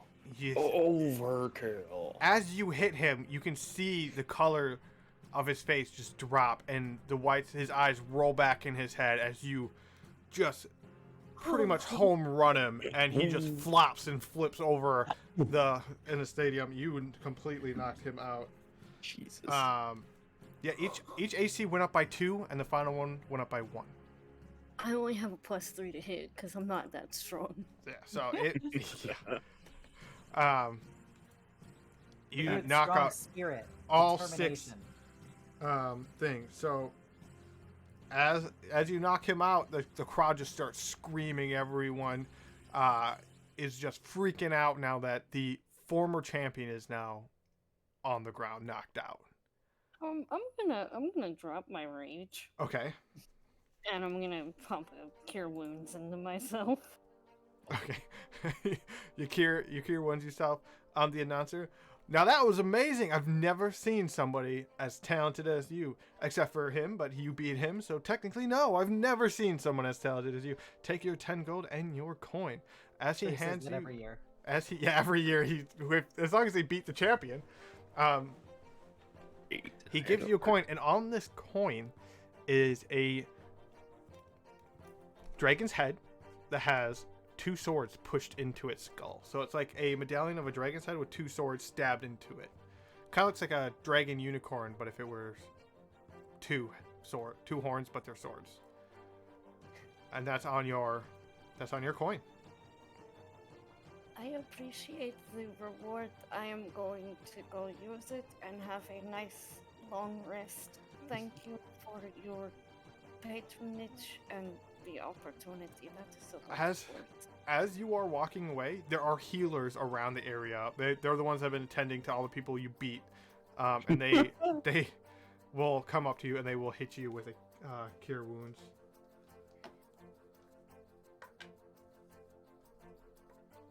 Are you my heal- new friends You heal for okay? 9 hit points. 9? Okay. You are now the champion of the pretty much martial fighting pit for the year. You probably can fill up a few more, I'm guessing. 9. No, I looked at chat for the first time and it's fucking Henblood going 9. I mean, So next is the magical one. boy. If you still want to participate. Yep, let's go. Okay. So you're gonna go. Nope. So how this works? You're gonna walk up, and there is now. It appears to be the same person, handing out tickets. If you need tickets, who needs a ticket? Me. Let's go. All right. As he hands you a ticket, you get number 3. He just quickly looks at you, looks you over, and then writes down a quick description of you, and then you can go right in there. Do you know the rules already? Might as well go over them for me. There are going to be 4 or 3 orbs in front of you. There's going to be a red. If it's a red, you must hit it with an attack spell. A blue, you must do a defense spell. And a yellow, you must do a strategic type of spell. They can be any spell you would like. You just have to do them as fast as possible. Every second added will count against your time. And depending on how fast you go, we will see. I actually need my phone for this. So this is going to be based on how well you know your current spells. I don't. I think I have most of them. Meanwhile, as that. It would be good berry, good berry, good berry. Yeah. Yeah. Just guzzling berries. Actually, shit, I don't even have good berry. Cure ones, ice knife, speak with animals. All right. And he loads you to a spot, and there is now a ring you can stand in. Are you ready? Yep. First one. Attack spell. Sacred Flame. Okay. Next one is going to be attack spell. Sacred Flame. Next one. Strategic. Strategic. I will say Shield. That's a defensive spell. That is defensive. And I would say Searing Smite. Okay. So Orchid. anything that buffs you, buffs the party member, or anything like that will work. Count as that a strategic one? Okay. Yep. We got now the next one. Strategic. Cast Light myself. Kick their ass. Defensive. Shield. Okay. And then this will be the last one. Strategic, then attack. Light. Sacred Flame. Okay. Took you 28 seconds. Come on, Orchid. You can do it. As opposed to Bryn, who's just glaring. Yeah. As you are doing the competition, Um, there was one person faster than you at 25 seconds. The next person was at 30 seconds. And then so on and so forth every 5 seconds. It's because I thought shield would be strategic. It's defensive.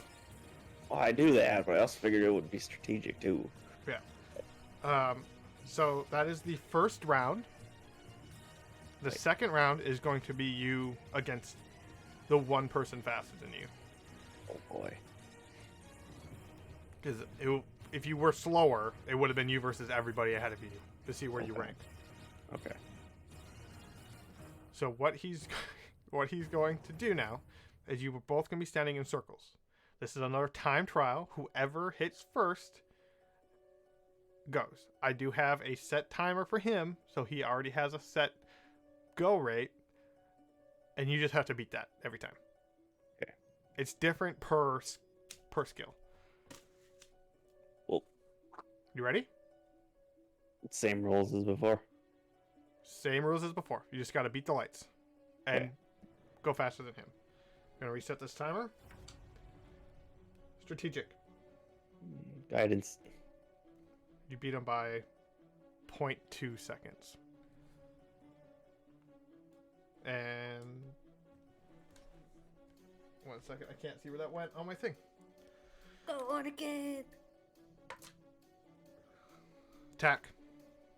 Take a flame. Okay. This is going to be 2 of them. Attack strategic. Sacred flame, light. Okay. Now we're going to go 3.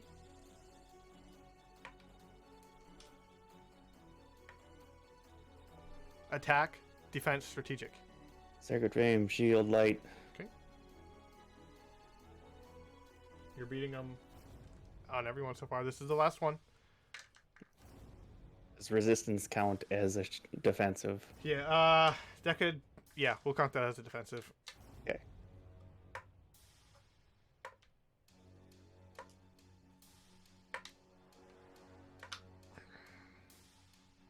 Attack, attack, defensive, strategic, attack.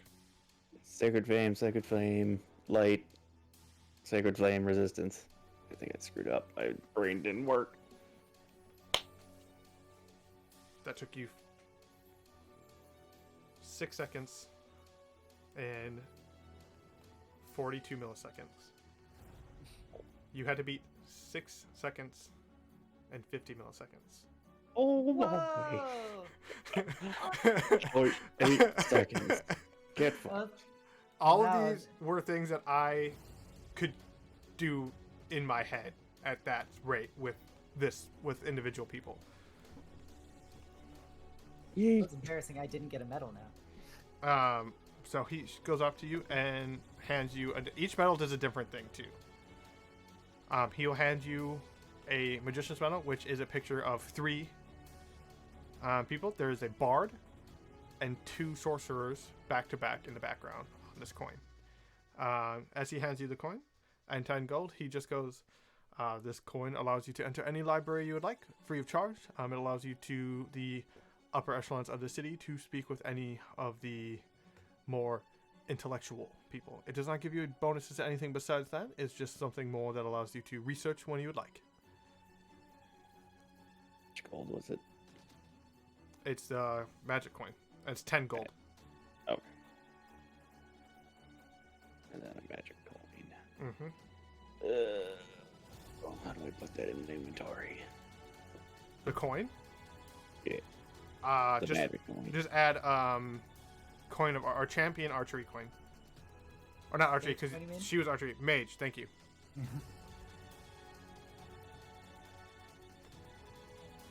Each coin works for your party. Right.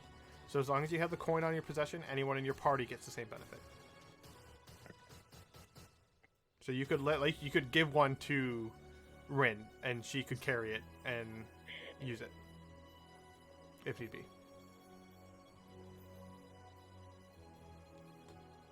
There is one more day of competitions if you want to try again tomorrow, Rin. But that is today's competitions. like again for doing archery again? Yep, there's one more day. There's a champion chosen every single day. So wait, that means like a bunch of people get medals. There's a by bunch the of end people the- gets medals. Gotcha.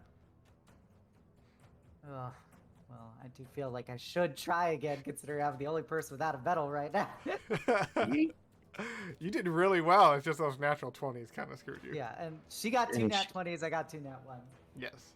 Feels bad. Yeah, feels bad. All If right. I couldn't have used shield again, or if I couldn't use resistance as a defensive, I was out of spells. Jesus. So That's why I asked. you're spent. Is pretty much. Yeah, for normal spells, I still have my Cantrips. cantrips, but Well, you will never run out of cantrips. exactly. That's why I was asked: is resistance counted as defensive? All right. Yeah, with there was the that. with the tournaments done, the sun is starting to set. Is there anything else you guys like to do for the night? Well, you both are much more capable than I ever thought you could be. You are very capable yourself. Judge a I book by proved its inadequate. cover.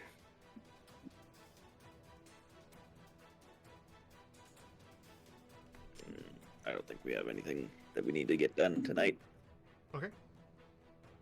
unless Dandy wants to do something.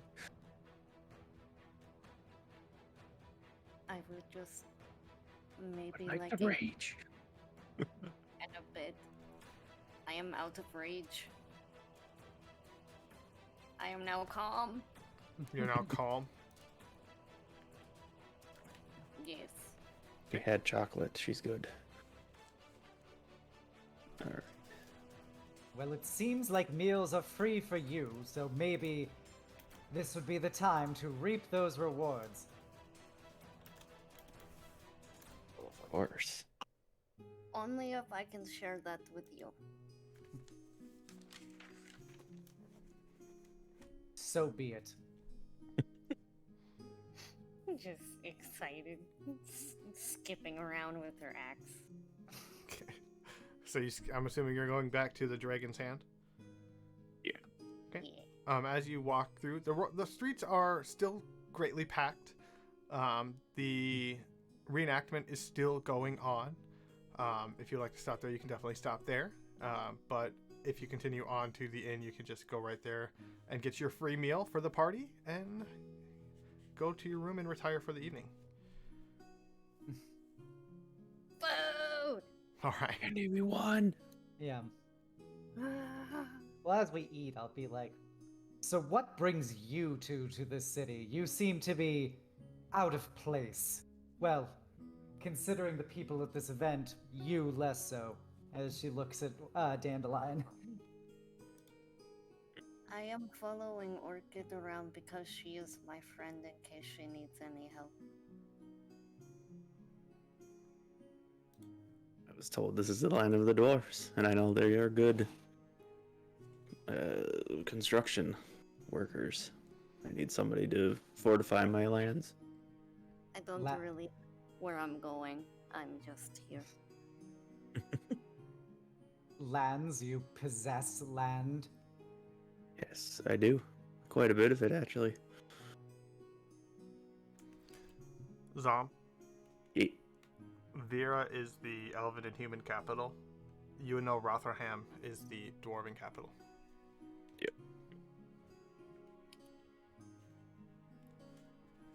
Totally not. And you are So in you're. Vira what- right now. Oh, I'm in Vira. Dang it. Well, you threw me off because you said dwarves at the start or something. Dang it. Dwarven I'm architecture. Okay, that's what it was. That's kind of why I got confused. Never mind. So your sole that. motivation is simply acquiring additional fortifications for your territory? Yeah, it's one of my few reasons. I also need allies. Is someone trying to kill you? More the other way around, I suppose you could put it that way.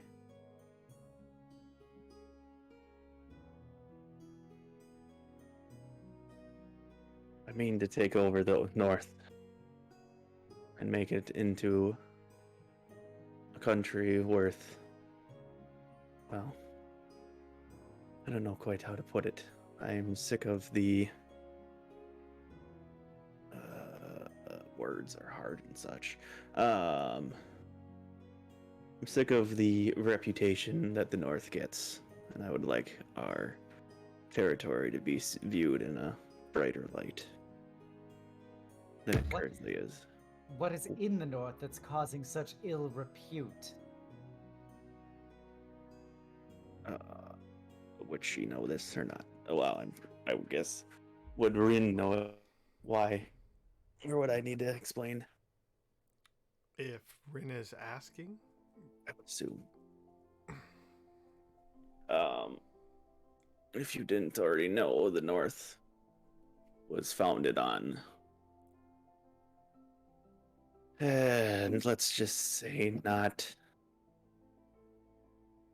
viewed in a positive light due to its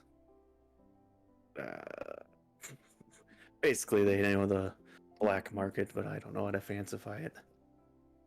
So they're criminals. What you're trying to say, the north is full of criminals. For the most part, except for my family. Sounds like you likely got your start in crime then. I did not. My family is the one that will try to do everything legitimate. My goal is to turn the whole country that way. Through conquest, you consider that legitimate? Not necessarily conquest. It's more of either you choose to go with me or you're against me. Your No, country- you intend to deal in black and whites. Situation is sensitive, I guess. Depends on who is talking. Your country just needs some trees and friends. There's plenty of trees. Then perhaps just friends. Friends, I can agree with that one.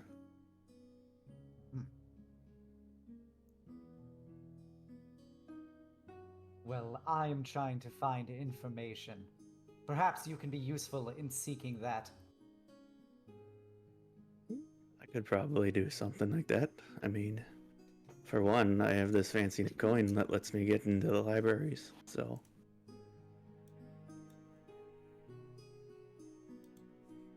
What I seek is more current events than historical record.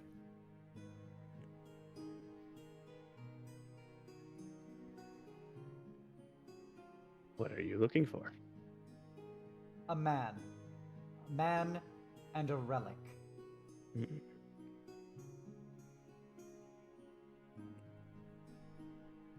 Well, what is this man and what is this relic and why are they important to you? Assuming you want to share.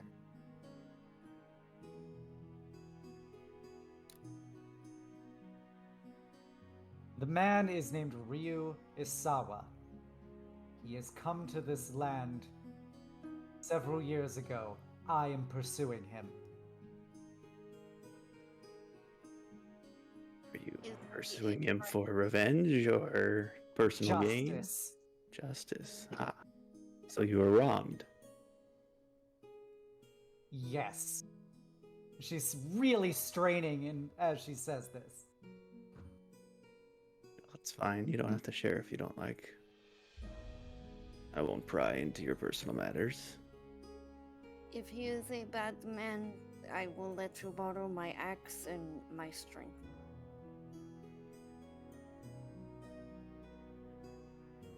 Your weapons and capabilities could be useful. It's difficult getting used to this place and these people, and I have unfortunately encountered delays in my pursuit. I wish to rectify that.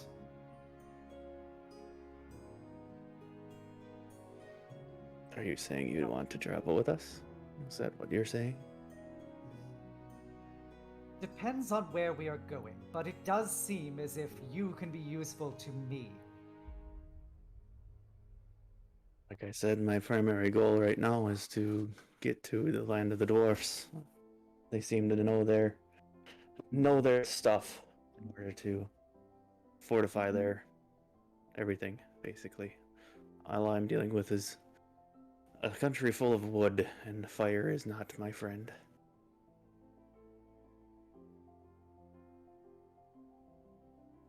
Well, if our paths take us along this route, then I think we can cooperate. I am very capable in my own right, even if I was unable to establish that in the contest. I can tell. Seems like you just had a hiccup. I'm gonna take my coin and slide it across to Rin. Okay. I know that you are very capable. Also, I just don't trust Snowball to not eat it. So, I hope that this can be a token of friendship. She'll put her hand on top of Dandelion's over the coin and just push it back towards Dandelion and say, "You earned that. I did not. You should be proud of your accomplishments. You are stronger than you appear." If he eats it, I shall have him cough it up when it's needed. So be it. Give him a pat, like, don't you eat that coin. It's a big coin. Like it's probably the size of his head. Oh, I thought it was like small No, medallion. it's like It's like an Olympic medal. yeah, Metal. it's a metal size. It's a good size coin. Oh, damn. I Yeah. thought it was... That's why I was ready. I was like, he No, likes it- shiny. Yeah, it's a good size coin.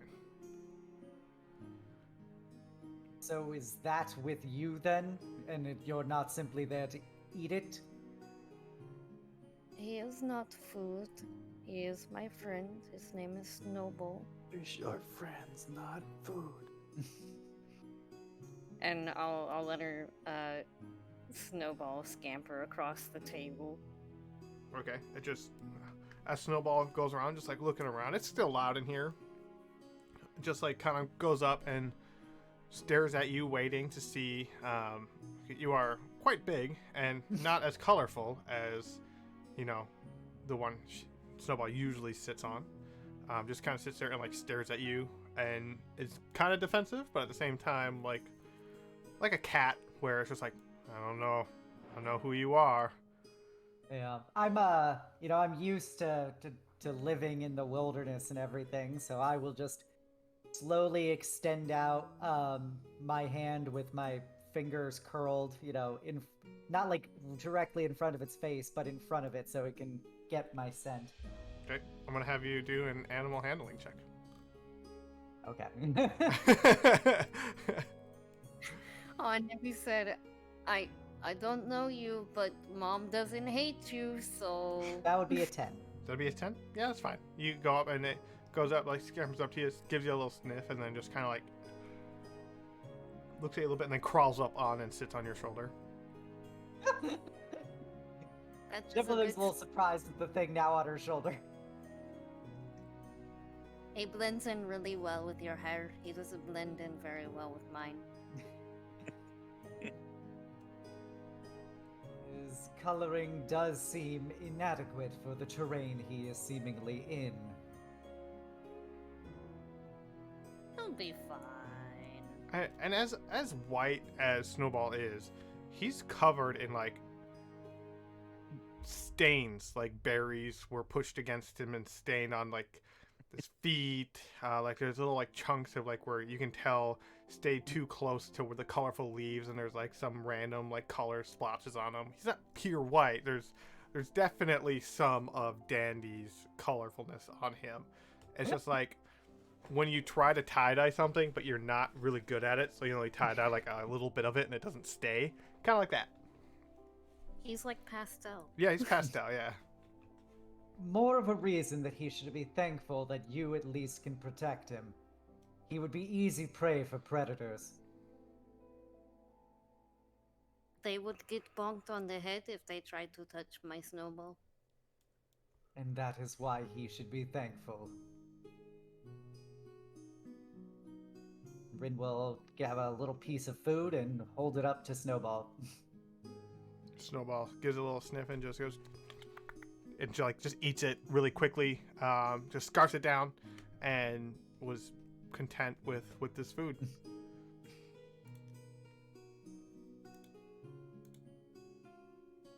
I usually just assume that he eats my rations in my bag. Usually, I think there's probably a hole in every bag of rations you would have. There's for lack of a better word, he weasels his way into your food. I'm an outlander, so it doesn't bother me. Yeah. I can just more food.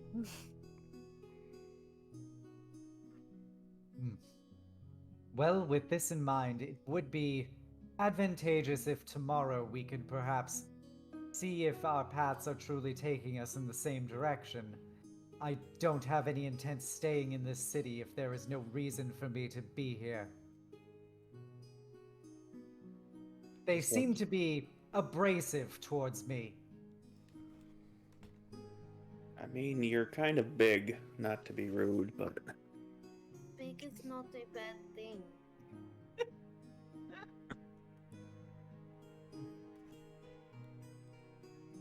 They are very small, but they also just do not seem to understand what is an effective journey in order to seek information. They quibble and just dilly about rather than providing me the exact information I desire. The people of this land are strange and inadequate. That is a lot of words, but I trust you. well, I need to gather information as well, so we only just got here though.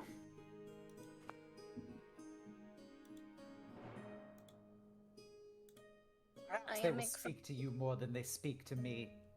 I seem to scare them. We can always try. If not, we can go somewhere else. There is always another place to go. Exactly. I am. Did we have no travel friend?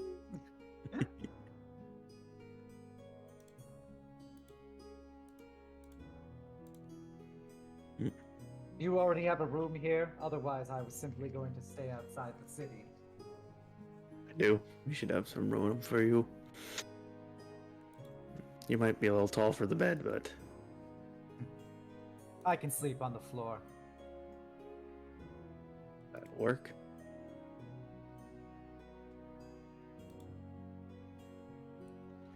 All right, you guys calling it a night? Yeah, if Brent's gonna sleep on the floor, I don't know. I was thinking about wild shaping and giving her like a pillow. Well, that only lasts for like a couple hours. How tall are you again, Rin? I'm 7 feet tall. 7 feet. You should Jesus be fine. Christ. You should be fine in the beds. It only lasts for an hour, but wake up. After an hour, bam! Head hits the ground. Wham bam. Nice. I will. I will still. I'm gonna pull off stuff from the bed, and I will still sleep on the Sleep floor. on the I floor. just can't get comfortable in beds anymore. Okay. You go up to your room.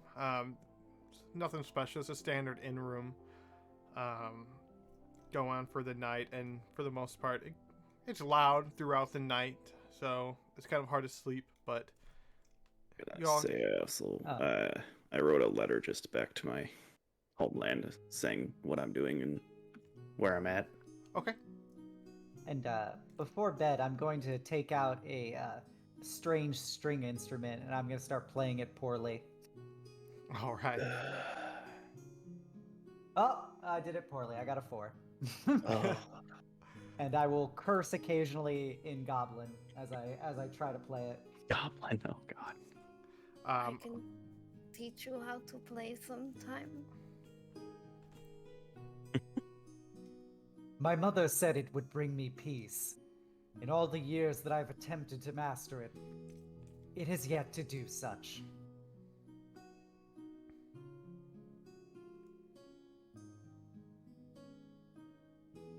Maybe just take it slow. It's been 15 years. I don't know how much slower I can take it.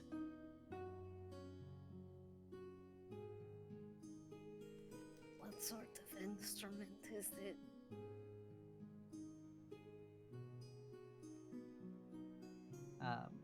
It's like a long, somewhat guitar-looking thing with it's like that Japanese what's it called, the sham.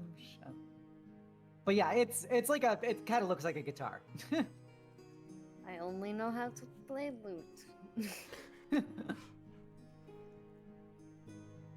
ShamWow. I see. God. Sanshin, that's what it's called, or shamisen, one of the two. Yeah, shamisen, that's what it is. So that's like what it looks like. It is very pretty. It was a present from my mother.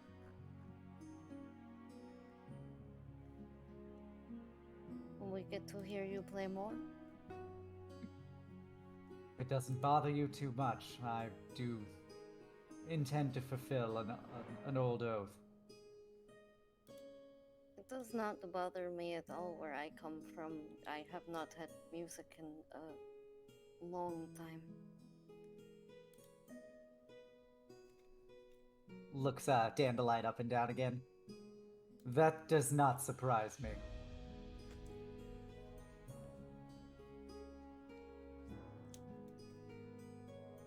I am going to wish you all a good night. And because I kind of want to make this a tradition, because it seems like a very Dandelion thing. Wow, it's shaped into a cat. Curl up on the bed. Okay. So you wild shape into a cat and you curl up on the bed. Are you gonna keep practicing, Rin? Yeah, I'm gonna practice because I have a hard time sleeping. Okay. And then Orchid, what are you gonna do? You gonna go to bed? Pass the fuck out. All right. So the night goes on. Like I said, it is a relatively loud night outside, but you all do get your long rest in throughout the night, even if it is more restless than most times. But with that, the next morning comes, and you all wake up to the smell of more meat, fresh, probably just being made right at the moment. Loud noises coming from downstairs and outside again, and it is almost like nothing's changed.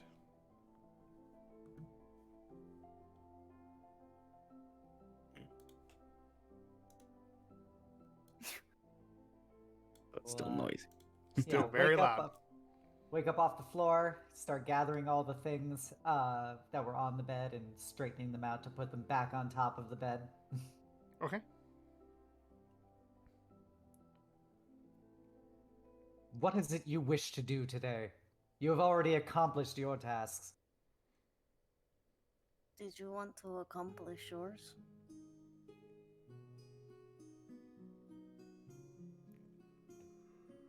I would like to see if the trail can be heated up again. Perhaps you could assist me with that today. I don't need to prove that I am the best archer here, for I've already established I am not. I think that is the other way around.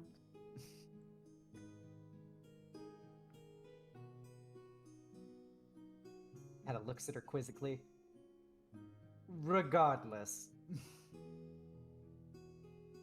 You are looking for the path to this dwarven city. I am looking for the man. If you can help me find the man's path, then perhaps we can be able to journey out.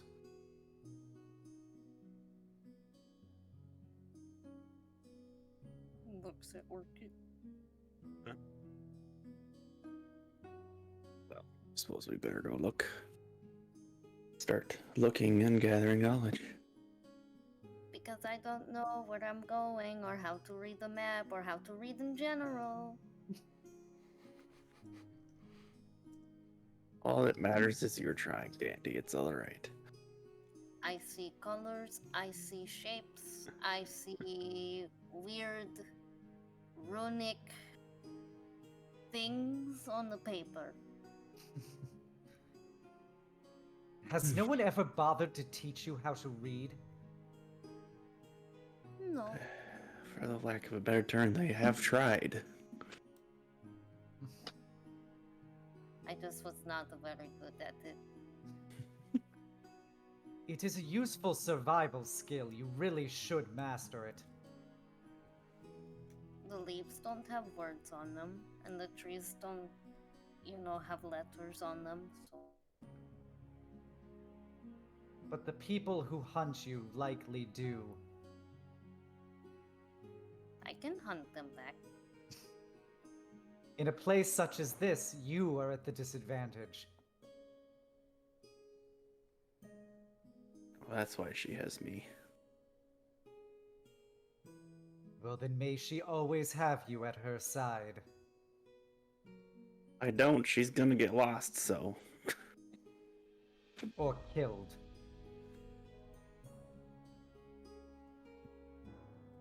Sure, Snowball will help her out. You care too easily and too openly. Be mindful, she says to Dandelion. You're getting a hug. She is very uncomfortable about this hug. All right.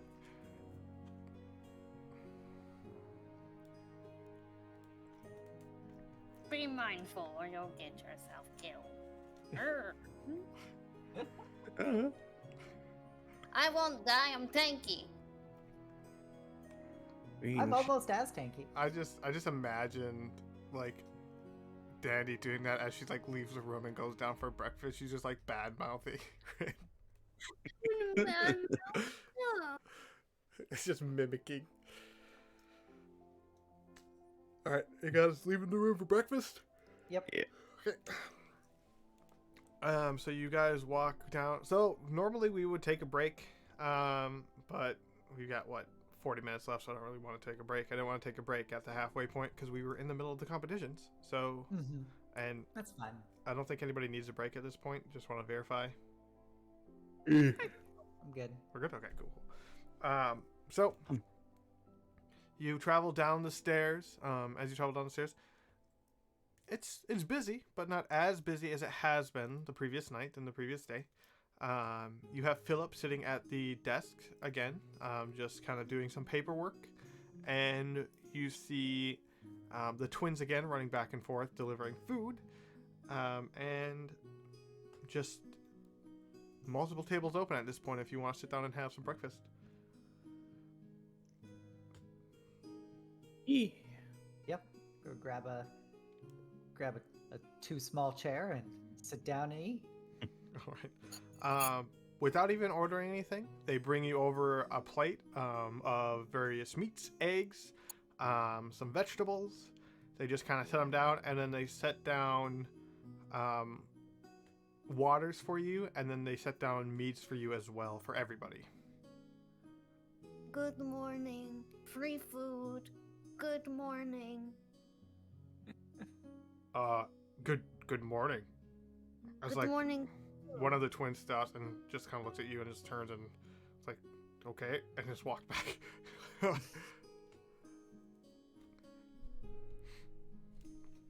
have made another friend. I do not believe they are your friend. They seem to simply be your servant and seemingly not interested in your attempts. It is okay, I tried. Keep trying, Dandelion. You'll win them over eventually. You really do encourage everything she does, don't you? Life's too short. Let her have her fun.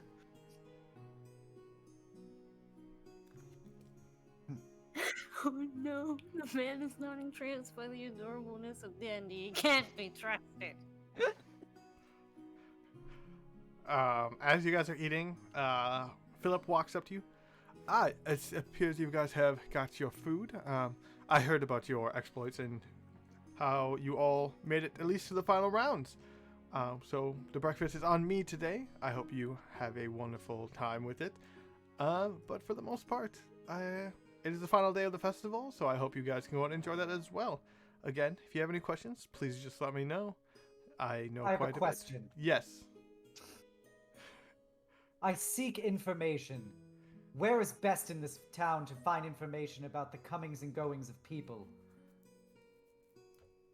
Historic people or just regular people? People who have likely been here within the last several years. Well, that is a very tough thing to answer, to be completely honest. Probably an innkeeper or maybe Are a you guard. an innkeeper? I am an innkeeper. I'm glad you know. I'm glad I asked you this question first, then. Well, if you describe them, maybe I can figure out for you. He just I'm pulls looking up he for a pushes a man. chair up and then sits next to you. I look very far down at him. I'm looking for a man. I do not know if he has been through this town. Well, that narrows it down quite a bit, doesn't it? He is from another continent. Does he look like you, or is he No. more... No. He looks like a human. A human.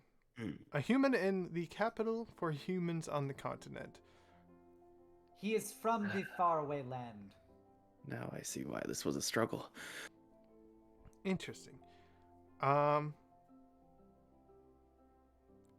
be completely honest, I might need a little more to go off of than that, but there are a He few... should have this symbol on his person in some way. And show... Yeah, I show him a symbol Okay. that I've been trying to write down. Have you trying to write down? I haven't seen that symbol before, but if they did flash that around, I'm sure you can try a few other places. You can try the Emporium. They might have a little more information for you. Or Utgren's Iron. They also might have a little more information. Those are always two places travelers tend to stop by. You can also try the local entertainment houses if you would like as well. If they're into that kind of thing, I'm not sure, but there are a few of them around town. And then finally there is the Adventurers Guild you could also ask, but probably less likely if they're just traveling through.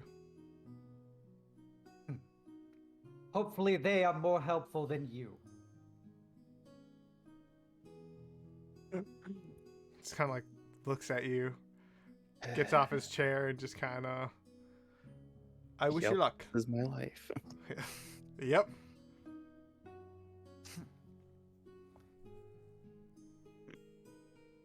The innkeepers of this city are very unhelpful. You don't really blame them based on your description. You described about... She looks around every man in this entire building. And there is a variety of men in this building. They all, like, colors, all ages. Like, there's a variety here. Yeah. Rin looks very annoyed right now. I do not understand how I could be any clearer.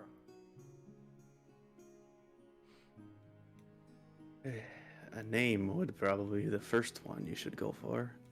Any aliases he would go by. Where would he travel? What kind of work does he do? Well, These I are the don't know questions. those things. How could I say them? Did you not consider that when I said the questions, that I had some awareness as to what information I was aware of? Well, then we need to find some more details about this man if you need to know. Simply saying you need to know a man, there's hundreds of men in this country. I was led to believe that people from my land do not come here frequently. I assumed that was something that would flag him enough. You, yes, are special. If he is not of your kind, though. Okay, that's another story.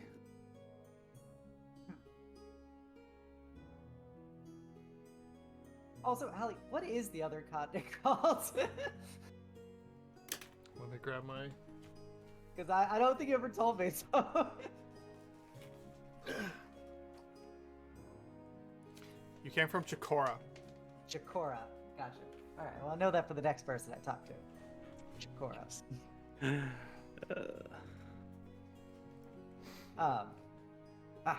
See, this is why I wanted your assistance. These people are so unhelpful. We shall find him, and then we shall say hello. She angrily eats a sausage. Orchid is just rubbing her head, questioning what she just got herself into. It is just a big game of hide and seek. It was the manager.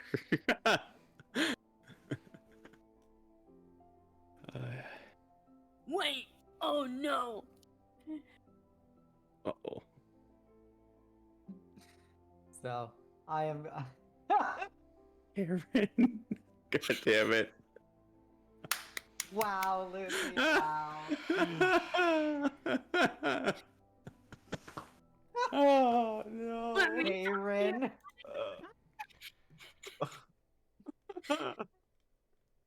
Y'all hurt.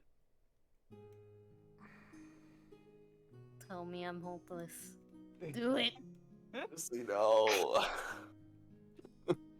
I will grumpily eat my breakfast until we can leave. Okay. I'll send a lightning bolt strikes. If I can find Sebastian, I shall find the odd man from other country. What is a Sebastian? Sebastian is my boy. You have a child? He is not entirely my child, but I would treat him as one. Every time you answer a question, you simply raise more questions. That is what life does. You should speak more directly. Who is this person? Why are they somewhat your child but not? He was a child from a caravan that me and Orchid traveled with, and I would play with him every day, and we would play hide and seek, and then we would come back and try to get Orchid to play with us, but Orchid would never play with us.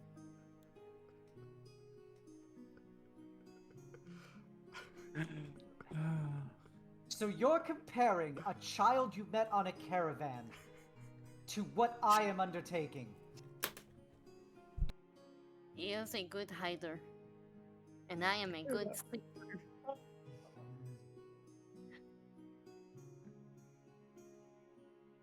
Bryn growls exasperatedly. I too shall seek your boy.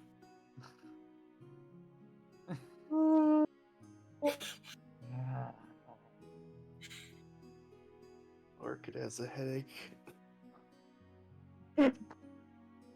I have two of them to deal with.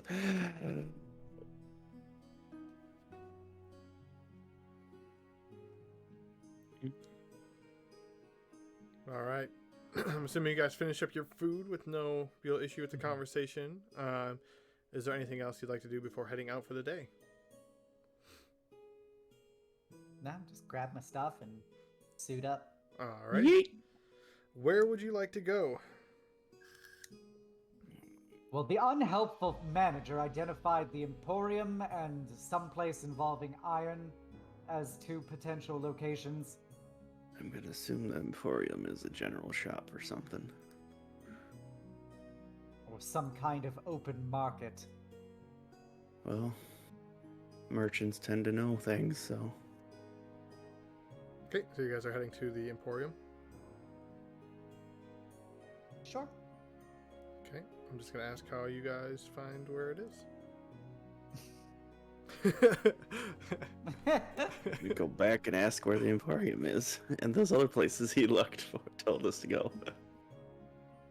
All right. The Emporium is you're going to go out, and you're going to just take a right, and you're going to travel around the circle. Once you get to the where the smoke is, you'll be in the foraging district and the market district. The Emporium is a building with a purple roof. Yutgrun's Iron is the biggest building that is smoking. And the Adventuring Guild is actually on the opposite side of the city. It is a building. There's nothing close to it, and it's surrounded by an archery range and a training field.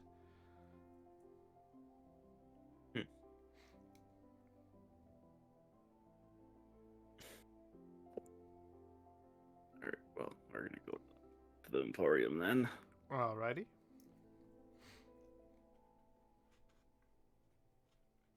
So you guys just make your way over to the Emporium then? Yeah. Alright, once you're traveling through the town, this is definitely, like, as you've been traveling through, there's inns here, there's, like, small shops here. Probably a lot more houses here than anything else. As you get closer to the smokestacks, you see more, like, fortified buildings start popping up. Probably smithies and that kind of stuff, along with... One second. Pardon me. Along with, like, bigger shops as well. This is clearly the markets now. There's a little less people here than there is down by the festival grounds. I got the hiccups now. And as you're going through, there is a large building with a purple roof. Pretty easy to spot. It's kind of in the middle of the town, like the market square. And then maybe... you can see behind it, maybe behind a few more buildings, is a large, like, probably 6 or 7 large smokestacks that kind of go up to lift it quite a little bit above the city. And you see a bunch of smoke coming from there, and that must be Yutgrun's Iron. Heading into the Emporium, as soon as you walk up into the Emporium, it is a picture of a potion, a ring, and a staff on the door. And it says Tiberium's Emporium. And as you enter in, there's rows filled with what looks to be glass cases. They're filled with magical items, little trinkets. There's potions in some. This is definitely your standard magic shop. Maybe more of a high-end one than most people would go to. But this is your... This is your run-of-the-mill. You want magic items, you definitely go to Tiberium's Emporium. Wow. I look kind for of stuff. somebody who works here. Okay. Oh no. There is a dragonborn behind the counter, minding his own business as he's reading a small little book.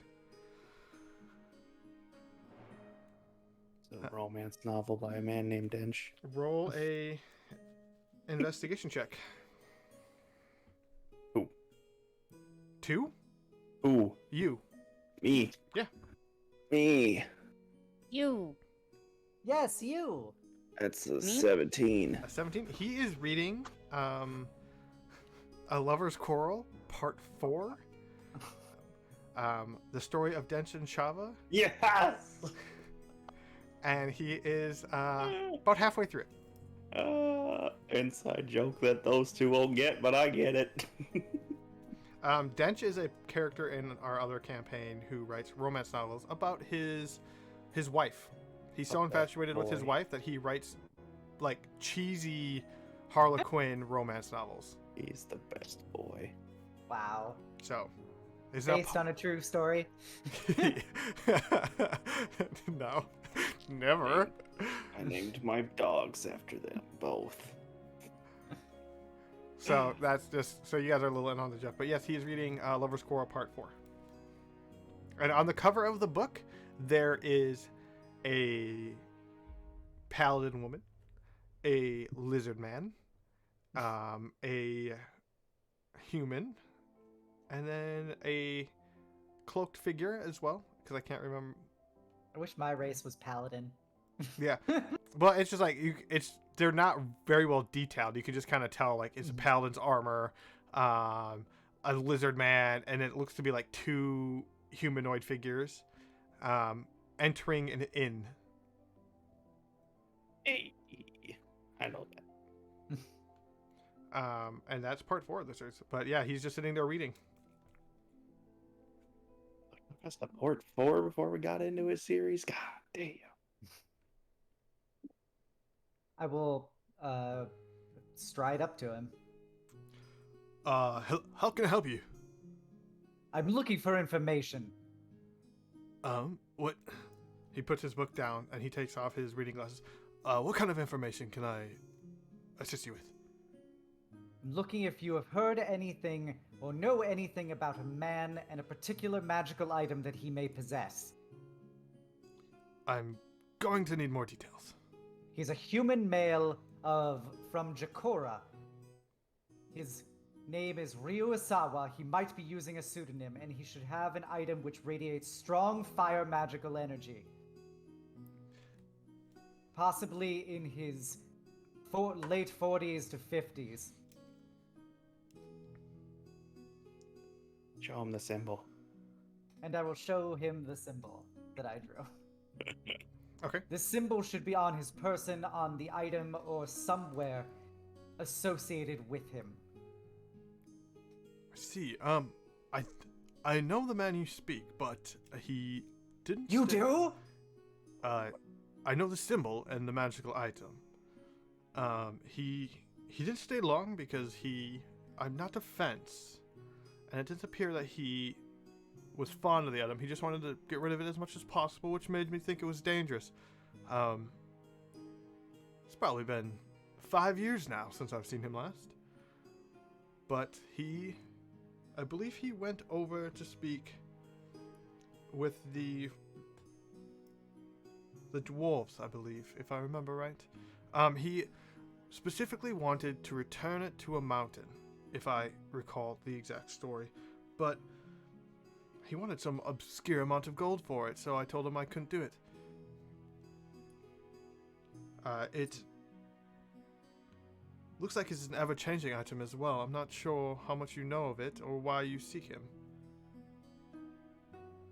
I'm assuming he stole it, which is probably true, but the item is something that I've never quite seen before. You have. You said he went to go see the dwarves. Does that mean that dwarf city? Probably Rotherham, but I'm not 100% sure. Like I said, he was only here. He tried to sell it. He came back a few times and was very adamant about it. But it's, like I said, it's an item I've never seen before, so it's something I'm most likely not going to forget. Is there anything else you know about him or the item? Sadly, no. I just know the symbol and the item. Thank you. You've proven incredibly useful. Of course. I'll give him 5 gold. Thank you. This can go in my book collection. He just takes it and puts it down next to him. What a nerd. I'll have you know, books are good for you. It just continues reading. They are. Dan Live would disagree. Yeah. But wasted trees. Excellent. Well, then we have already found what I needed to find. The Dwarf City! Well, we're in a shop. We might as well stock up on items. What do you have, sir? What are you looking for, if I might ask?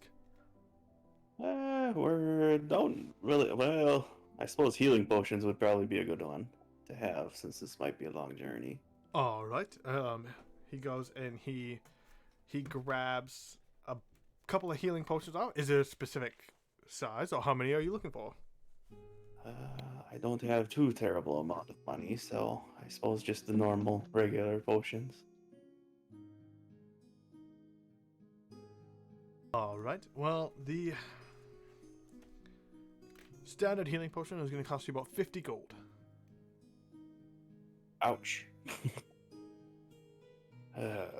Unfortunately, I don't have that kind of money on me. Well, gonna have to say come back when you do then. Fair enough.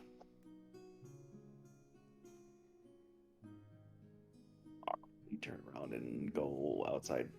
Okay. Don't have enough money. Alrighty, you walk outside. Dandy, are you doing anything in the shop? I was contemplating buying rations, but I don't have to because I'm an outlander. Okay. I'm also an outlander.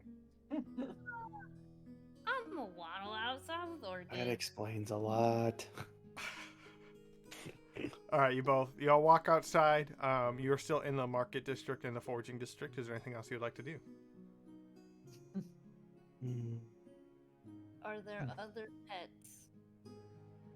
Are there other pets? Are there other animals? Roll a perception check.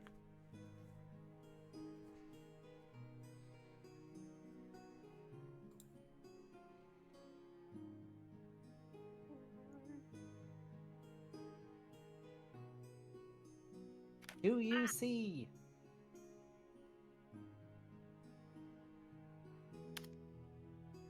Six. Nope. There is no pets or pet shops around that you can see. No. Is there a dog and can I pet it? Yeah. Yeah. Nope. There's nothing around that you can see. Huzzah! Dwarf City. Do you know where this city is already, Orchid? DM, I assume I would know where that city is. I haven't been there personally, probably, but I know the general direction, I'm guessing.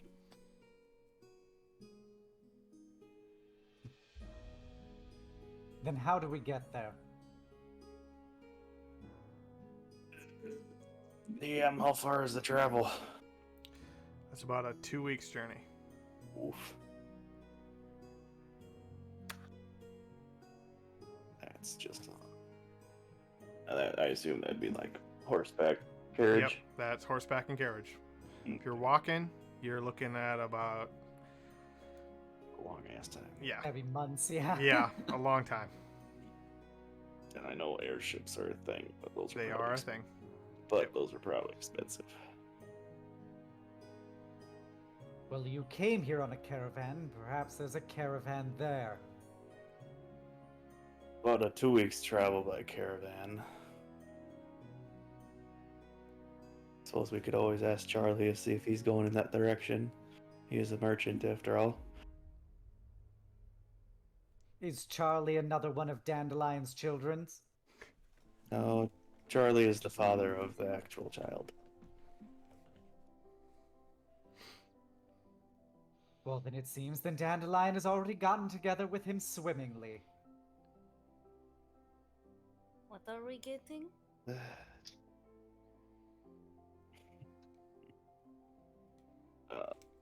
Yeah, well, I guess we can attempt to try to find where Charlie is. Okay. I'm gonna have you roll a perception check to try to find Charlie. Anybody can who wants to look for him, except for Rin, because Rin has no idea who Charlie is. Yeah.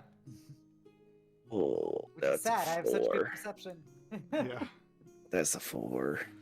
Oh, we're also rolling on roll 20. Okay. Or not roll 20. D&D view. You can roll on either. I have both of them up. Hey. Yeah, D&D 19. As Orchid, you just get lost in the people. It's hard to see anything, hard to find anything. While walking around, you do get lost a few times, but with Dandy seems to keep pulling you and remembering roughly where they were last time you saw them. You go back to the carts, and after about an hour to 2 hours of wandering around trying to find people in this crowd, you do see a little stall with the double caravan system, and there is Charlie sitting right in between them selling some items. Hey. It's good to Wow. see ya. How's it going? Well, Something I can Kinda. do for you? yeah, we're actually looking for a way to get to the dwarf city. I was wondering if you were happen to be going that direction. Sadly, no. After this, we're going right back up north. Fair enough. You know about anybody who would you recommend to go that direction? Who If would you I have anybody. recommend? I'm not 100% sure, to be completely honest. Maybe Philip might know. He knows a few more travelers than I do. I only know mainly the northern crowd here, and you can see like a lot of the stuff that's selling around where he is more like it's thicker, like furs and that kind of stuff. Right. Stuff that's clearly From from my the north. area. Yeah, Yeah. stuff that Rin- they would sell for the winter. Rin groans, very annoyed at the prospect of talking to Philip again. Yeah. But I would not know. I'm sure a dwarven trader might help, but I'm not sure. Right. Well, and how are you managing since you got into the city? Seems like you set up shop pretty well here. I'm doing pretty well. I wish I could have made it a little sooner with the festival going on, but we were able to make some money. People are preparing for winter already as it is, so it's always a good time to come down here and sell. Definitely. Well, I suppose then we'll be off then. It was good seeing you again. I hope you guys do make your way to the city. And he just continues like there's like a line of people looking at his stuff. Like it's a shop at like a con. Like Yeah. there's people always looking. Right. Mhm. Or Sebastian and the other and Anna there. They were not. Oh. Sad dandelion hour. Dandelion can't see her friend. You can always consider it a very, very, very, very long-term hide-and-go seek. You Yeah. tell the boy that we will play hide and go seek until I find him again. Of course, Dandy. I will be seeking for a very, very long time. Probably. Alright, are you going back to the Dragon's Hand? I would assume yes. Alright, you guys make your Farewell. way back to the Dragon's Hand. As you arrive at the Dragon's Hand, Philip is back at his desk, just kind of working and minding his own business. We'll approach Philip, I suppose, then. How can I help you? Do you have any more questions? I do, actually. We are looking for a way to get to the Dwarven City, and just wondering if you know the best way to go about that. The Dwarven City? I'm assuming you're probably talking about Rotherham. I would see if you could hire Kenora. She's a feisty young dwarf, but she can get you there pretty quick. You know, approximate costs on traveling that far? It really depends on her mood, I guess. Oh boy. Alright. Well, that'll work. Whereabouts would she be? Honestly, she at the moment is probably getting ready for the reenactment tonight. She tends to play the appearance of George in the performance. Oh, George. Alright. I guess we're gonna have a play to go to then. It starts in about 2 hours, so you have time to kill until then. Because you're pushing about noon now, maybe 1 o'clock. So this is last performance is midday, like a little after midday, and then the night's clean up. Yeah. So guess what about the other dandelion? Got anywhere you would want to explore? I'm okay. Hopefully she finishes playing pretend and we can leave as soon as possible. I mean, if you want to walk, you're feel free to walk. It'll just take a Obviously, while. I don't want to walk. Then I guess we're going to watch a play.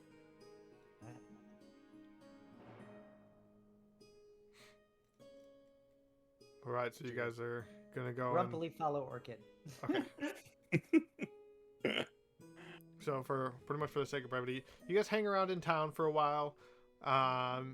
There's stuff to do, like you can buy stuff. You show your coin, you get like free treats and stuff from the stalls. They kind of Popcorn! Yeah, it's our like- Regal reward card. yeah. They get like popcorn, like corn dogs, like but fantasy version of that. So you get turkey legs and turkey legs. All turkey legs. All the only thing they have in this land. Have you ever been to is Renfest? turkey legs. It's turkey legs and blooming onions. That's all you get. I get a funnel And cake. pig's feet every once in a while. Yeah. I'll take an onion all day long. And then, and after a while, the performance does start. And pickles on a stick. The performance does start. It goes off pretty simply, with just the giant Tiamat figure coming out. As the Tiamat figure comes out, there is a bunch of random soldiers scattered on the stage. The soldiers come up to go and fight Tiamat to try to hold him off as long as possible, and one falls one after the other, constantly getting back up and continuing until finally a band of merry adventurers appear, coming from all directions around Tiamat. The fight rages on for what appears to be days as the sun on the backdrop and the moon keep spinning in and out. Finally, as the fight continues, you see a few fall. You see the paladin fall to the ground. You see the dwarf fighter hit the ground, but get right back up again as he continues to fight. The two tieflings hit the ground as well, unable to recover. They both seem to have perished. As this fight keeps reenacting this epic battle that keeps going on, the bard that has been trying to fight this entire time also soon perish. Finally, on that last day, as the announcer announces the final day of the battle, the archer seems to be shrouded in black as she changes out her clothes. Her clothes quickly go from a nice brown and green to a black shroud. In that moment, a new figure appears from behind. A black figure appears from behind the shroud, coming out with a bow and a giant sword. This figure stands double the height of everyone else with its appearance, and that figure itself is what takes down Tiamat. And as soon as Tiamat does take his arrow, as he shoots his sword through the bow, hitting the dragon Tiamat, the figure disappears immediately, falling through the floor, and Tiamat is slain. With the final reenactment of the fight, I'm going through this really fast because we got like 3 minutes. Going as the final figure falls to the ground, there are a few remaining soldiers. Are fighters left and adventurers. After a few more moments of the announcer drastically, or maybe he's just over dramatically stating what's going on, he brings all this actors to the stage, having everyone give one quick bow,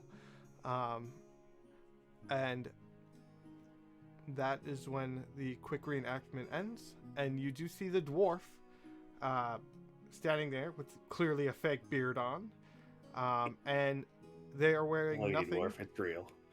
They're wearing nothing but a wrap around the chest, some underwear, and a cloak.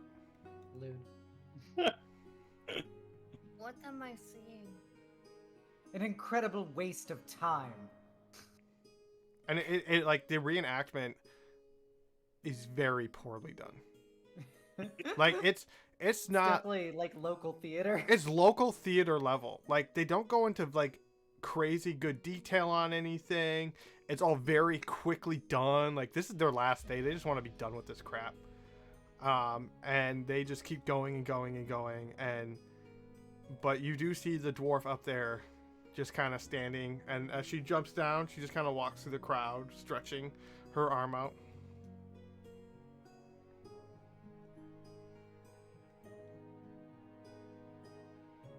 You guys stop her and talk to her, or You. Yeah. No, sorry. just start you? Yeah. Ooh. Well, Okay. Do you go up and like get her attention, or do you just yell you? Yeah, in a I'll crowd of shout people? you. I'll walk in her path if I need to. Okay. You walk in her path, and as you walk in her path, she looks up at you. The fuck do you want?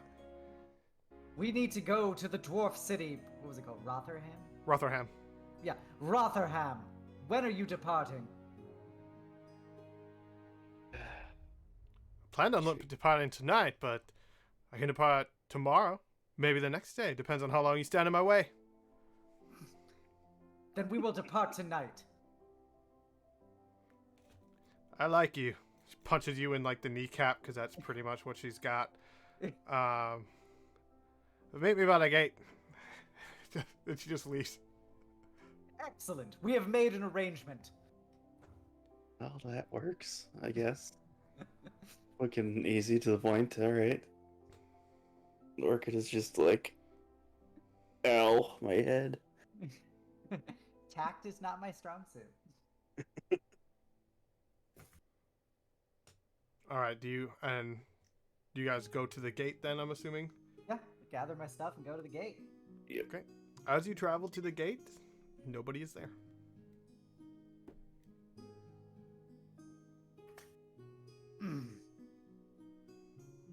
I guess ask the guard if they've seen her. Kenora, she's not come out yet. No, not that I know of. But then again, I haven't really been keeping an eye on her. There's a lot of carts going back and forth. And he's just like, you can tell he's at the end of his shift. He doesn't care. But I wouldn't be surprised if she had already left.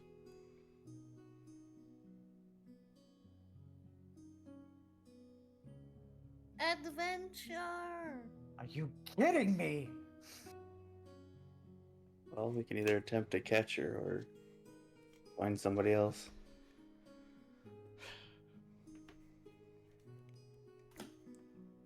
When was the last wagons that left then? The last one's left a few minutes ago. As he's saying this, you see another wagon start pulling out. And as it pulls out, you see there are two elderly gentlemen sitting up front, and poking his head outside, you see a dwarf, no longer with the fake beard on. Her hair is down, and she is in more like full plate armor. First of all, you're lucky that Philip already told me you needed help, and you're the only giant red bitch in the town. So, get on. Let's get out of here. That is not a nice word. It Yeah. doesn't matter. She is at least here and departing. Do you guys get on the carriage? Yeah, Yeah. I'm gonna get on. You get on, and it's just full of dwarves. Like, packed full. All of This is going to be a very uncomfortable ride. But you can tell she is sitting there, and she's sitting there like, pretty much up front with her. She has a giant, she has a warhammer on her back, full plate armor now, and she's just sitting there. She has the same look that Ren had the first time you met Ren. That very stern, just done with Angry. everything, angry appearance. Angie. Gonna hug Snowball. It's so scary. Yeah, it's just a lot of dwarfs in here. Like it's tight fit. And this cart is also designed for dwarves. Mhm. So you are all very, very big. Especially Rin. I will try to find the Rin's most head is comfortable poking space through I the can. thing.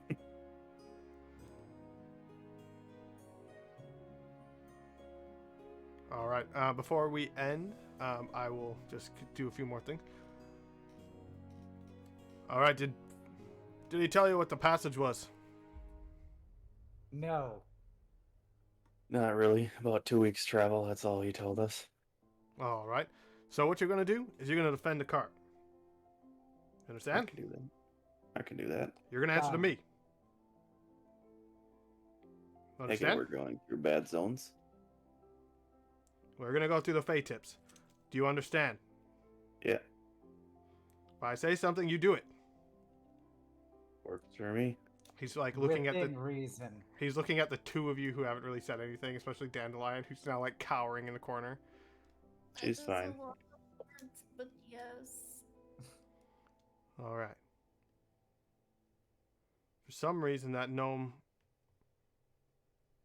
likes you, and he like looks at Rin, or she looks at Rin. For some reason, he likes you. Oh no. Like- He's one of those people. He's one of the step hubby. God damn it. But he came to me before the performance and said you guys just needed help, so we're here to help. You just get our back, and we'll make sure you have safe passage. The people I like to deal with. Excellent. Yeah. I will protect you to the best of my abilities till we reach our objective. It's fine with me. Just don't fuck it up. And she like leans back and like closes her eyes. So with your guys is now done with Vira, and you're now heading on the path to Rotherham, on the cart with Kenora and her band of dwarves. You are now make your way onto the great city of Rotherham, the dwarven capital. With Huzzah! that, huzzah! With that, we will end tonight with this simple excursion. And we will see you probably next week. Just a reminder, Lucy has her debut tomorrow. Big hype. Big hype. Yes. Double debut. Nothing. So, and as a quick announcement, this is the quickest the campaign is going to go. So everything else will probably there's no story like this is like if you're like it got really fast at the end. It's just so we could get to a point where we could end. The rest of it's going to end when it fits the story. So I kind of geared for Vira to be a single session thing, and it went pretty well. But we will see you all here next week. I don't really know if we want to jump on a raid wagon. You could look up D&D with the VTuber tag and see if there's any other VTubers doing D&D. Yeah. That'd probably be a good call. Thank you Yeah. so much for running this, Allie. Yeah, hopefully people have enjoyed.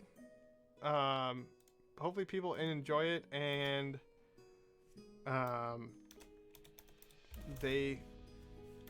we'll see where it goes from here. There's a lot of story ahead of us, and I am excited to see where it goes. Give me 1 second here. I'm trying to get the browse up. Can one of you guys try to find somebody too?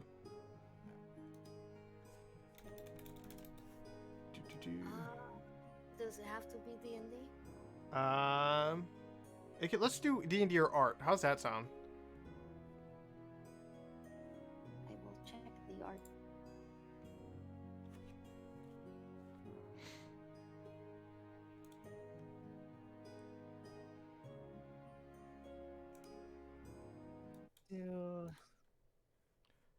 The hunt is on. Oh no, my see you soon screen didn't update. Shoot. That's cool. We didn't need Rin there anyway.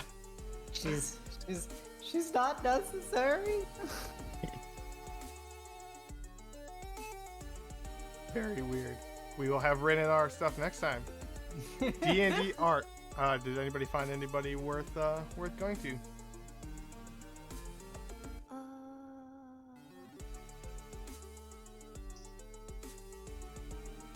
There's another VTuber D&D group I'm seeing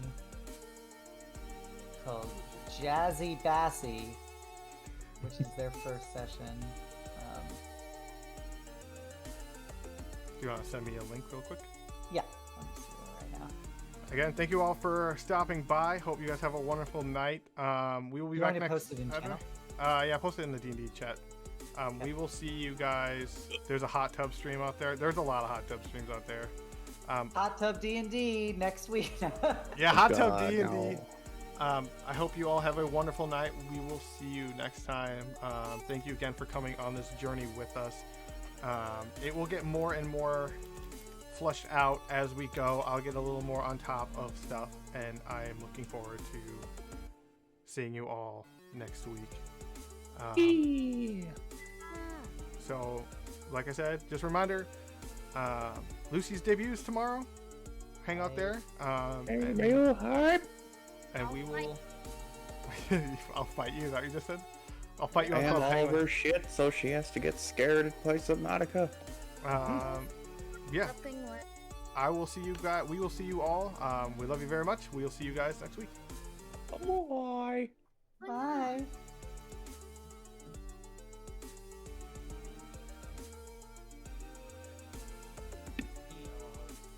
Yeet. Thank you, Luz Gamer, and thank you, Absolute 20 Pod, for the raid. And thank you, Ulster, for Galbo the raid with 22 people. What? Hello, What? What? What? Oh no, from got petrified. We're all in shock. Welcome, we're doing a Neverone raid. Sorry, a Neverone D&D stream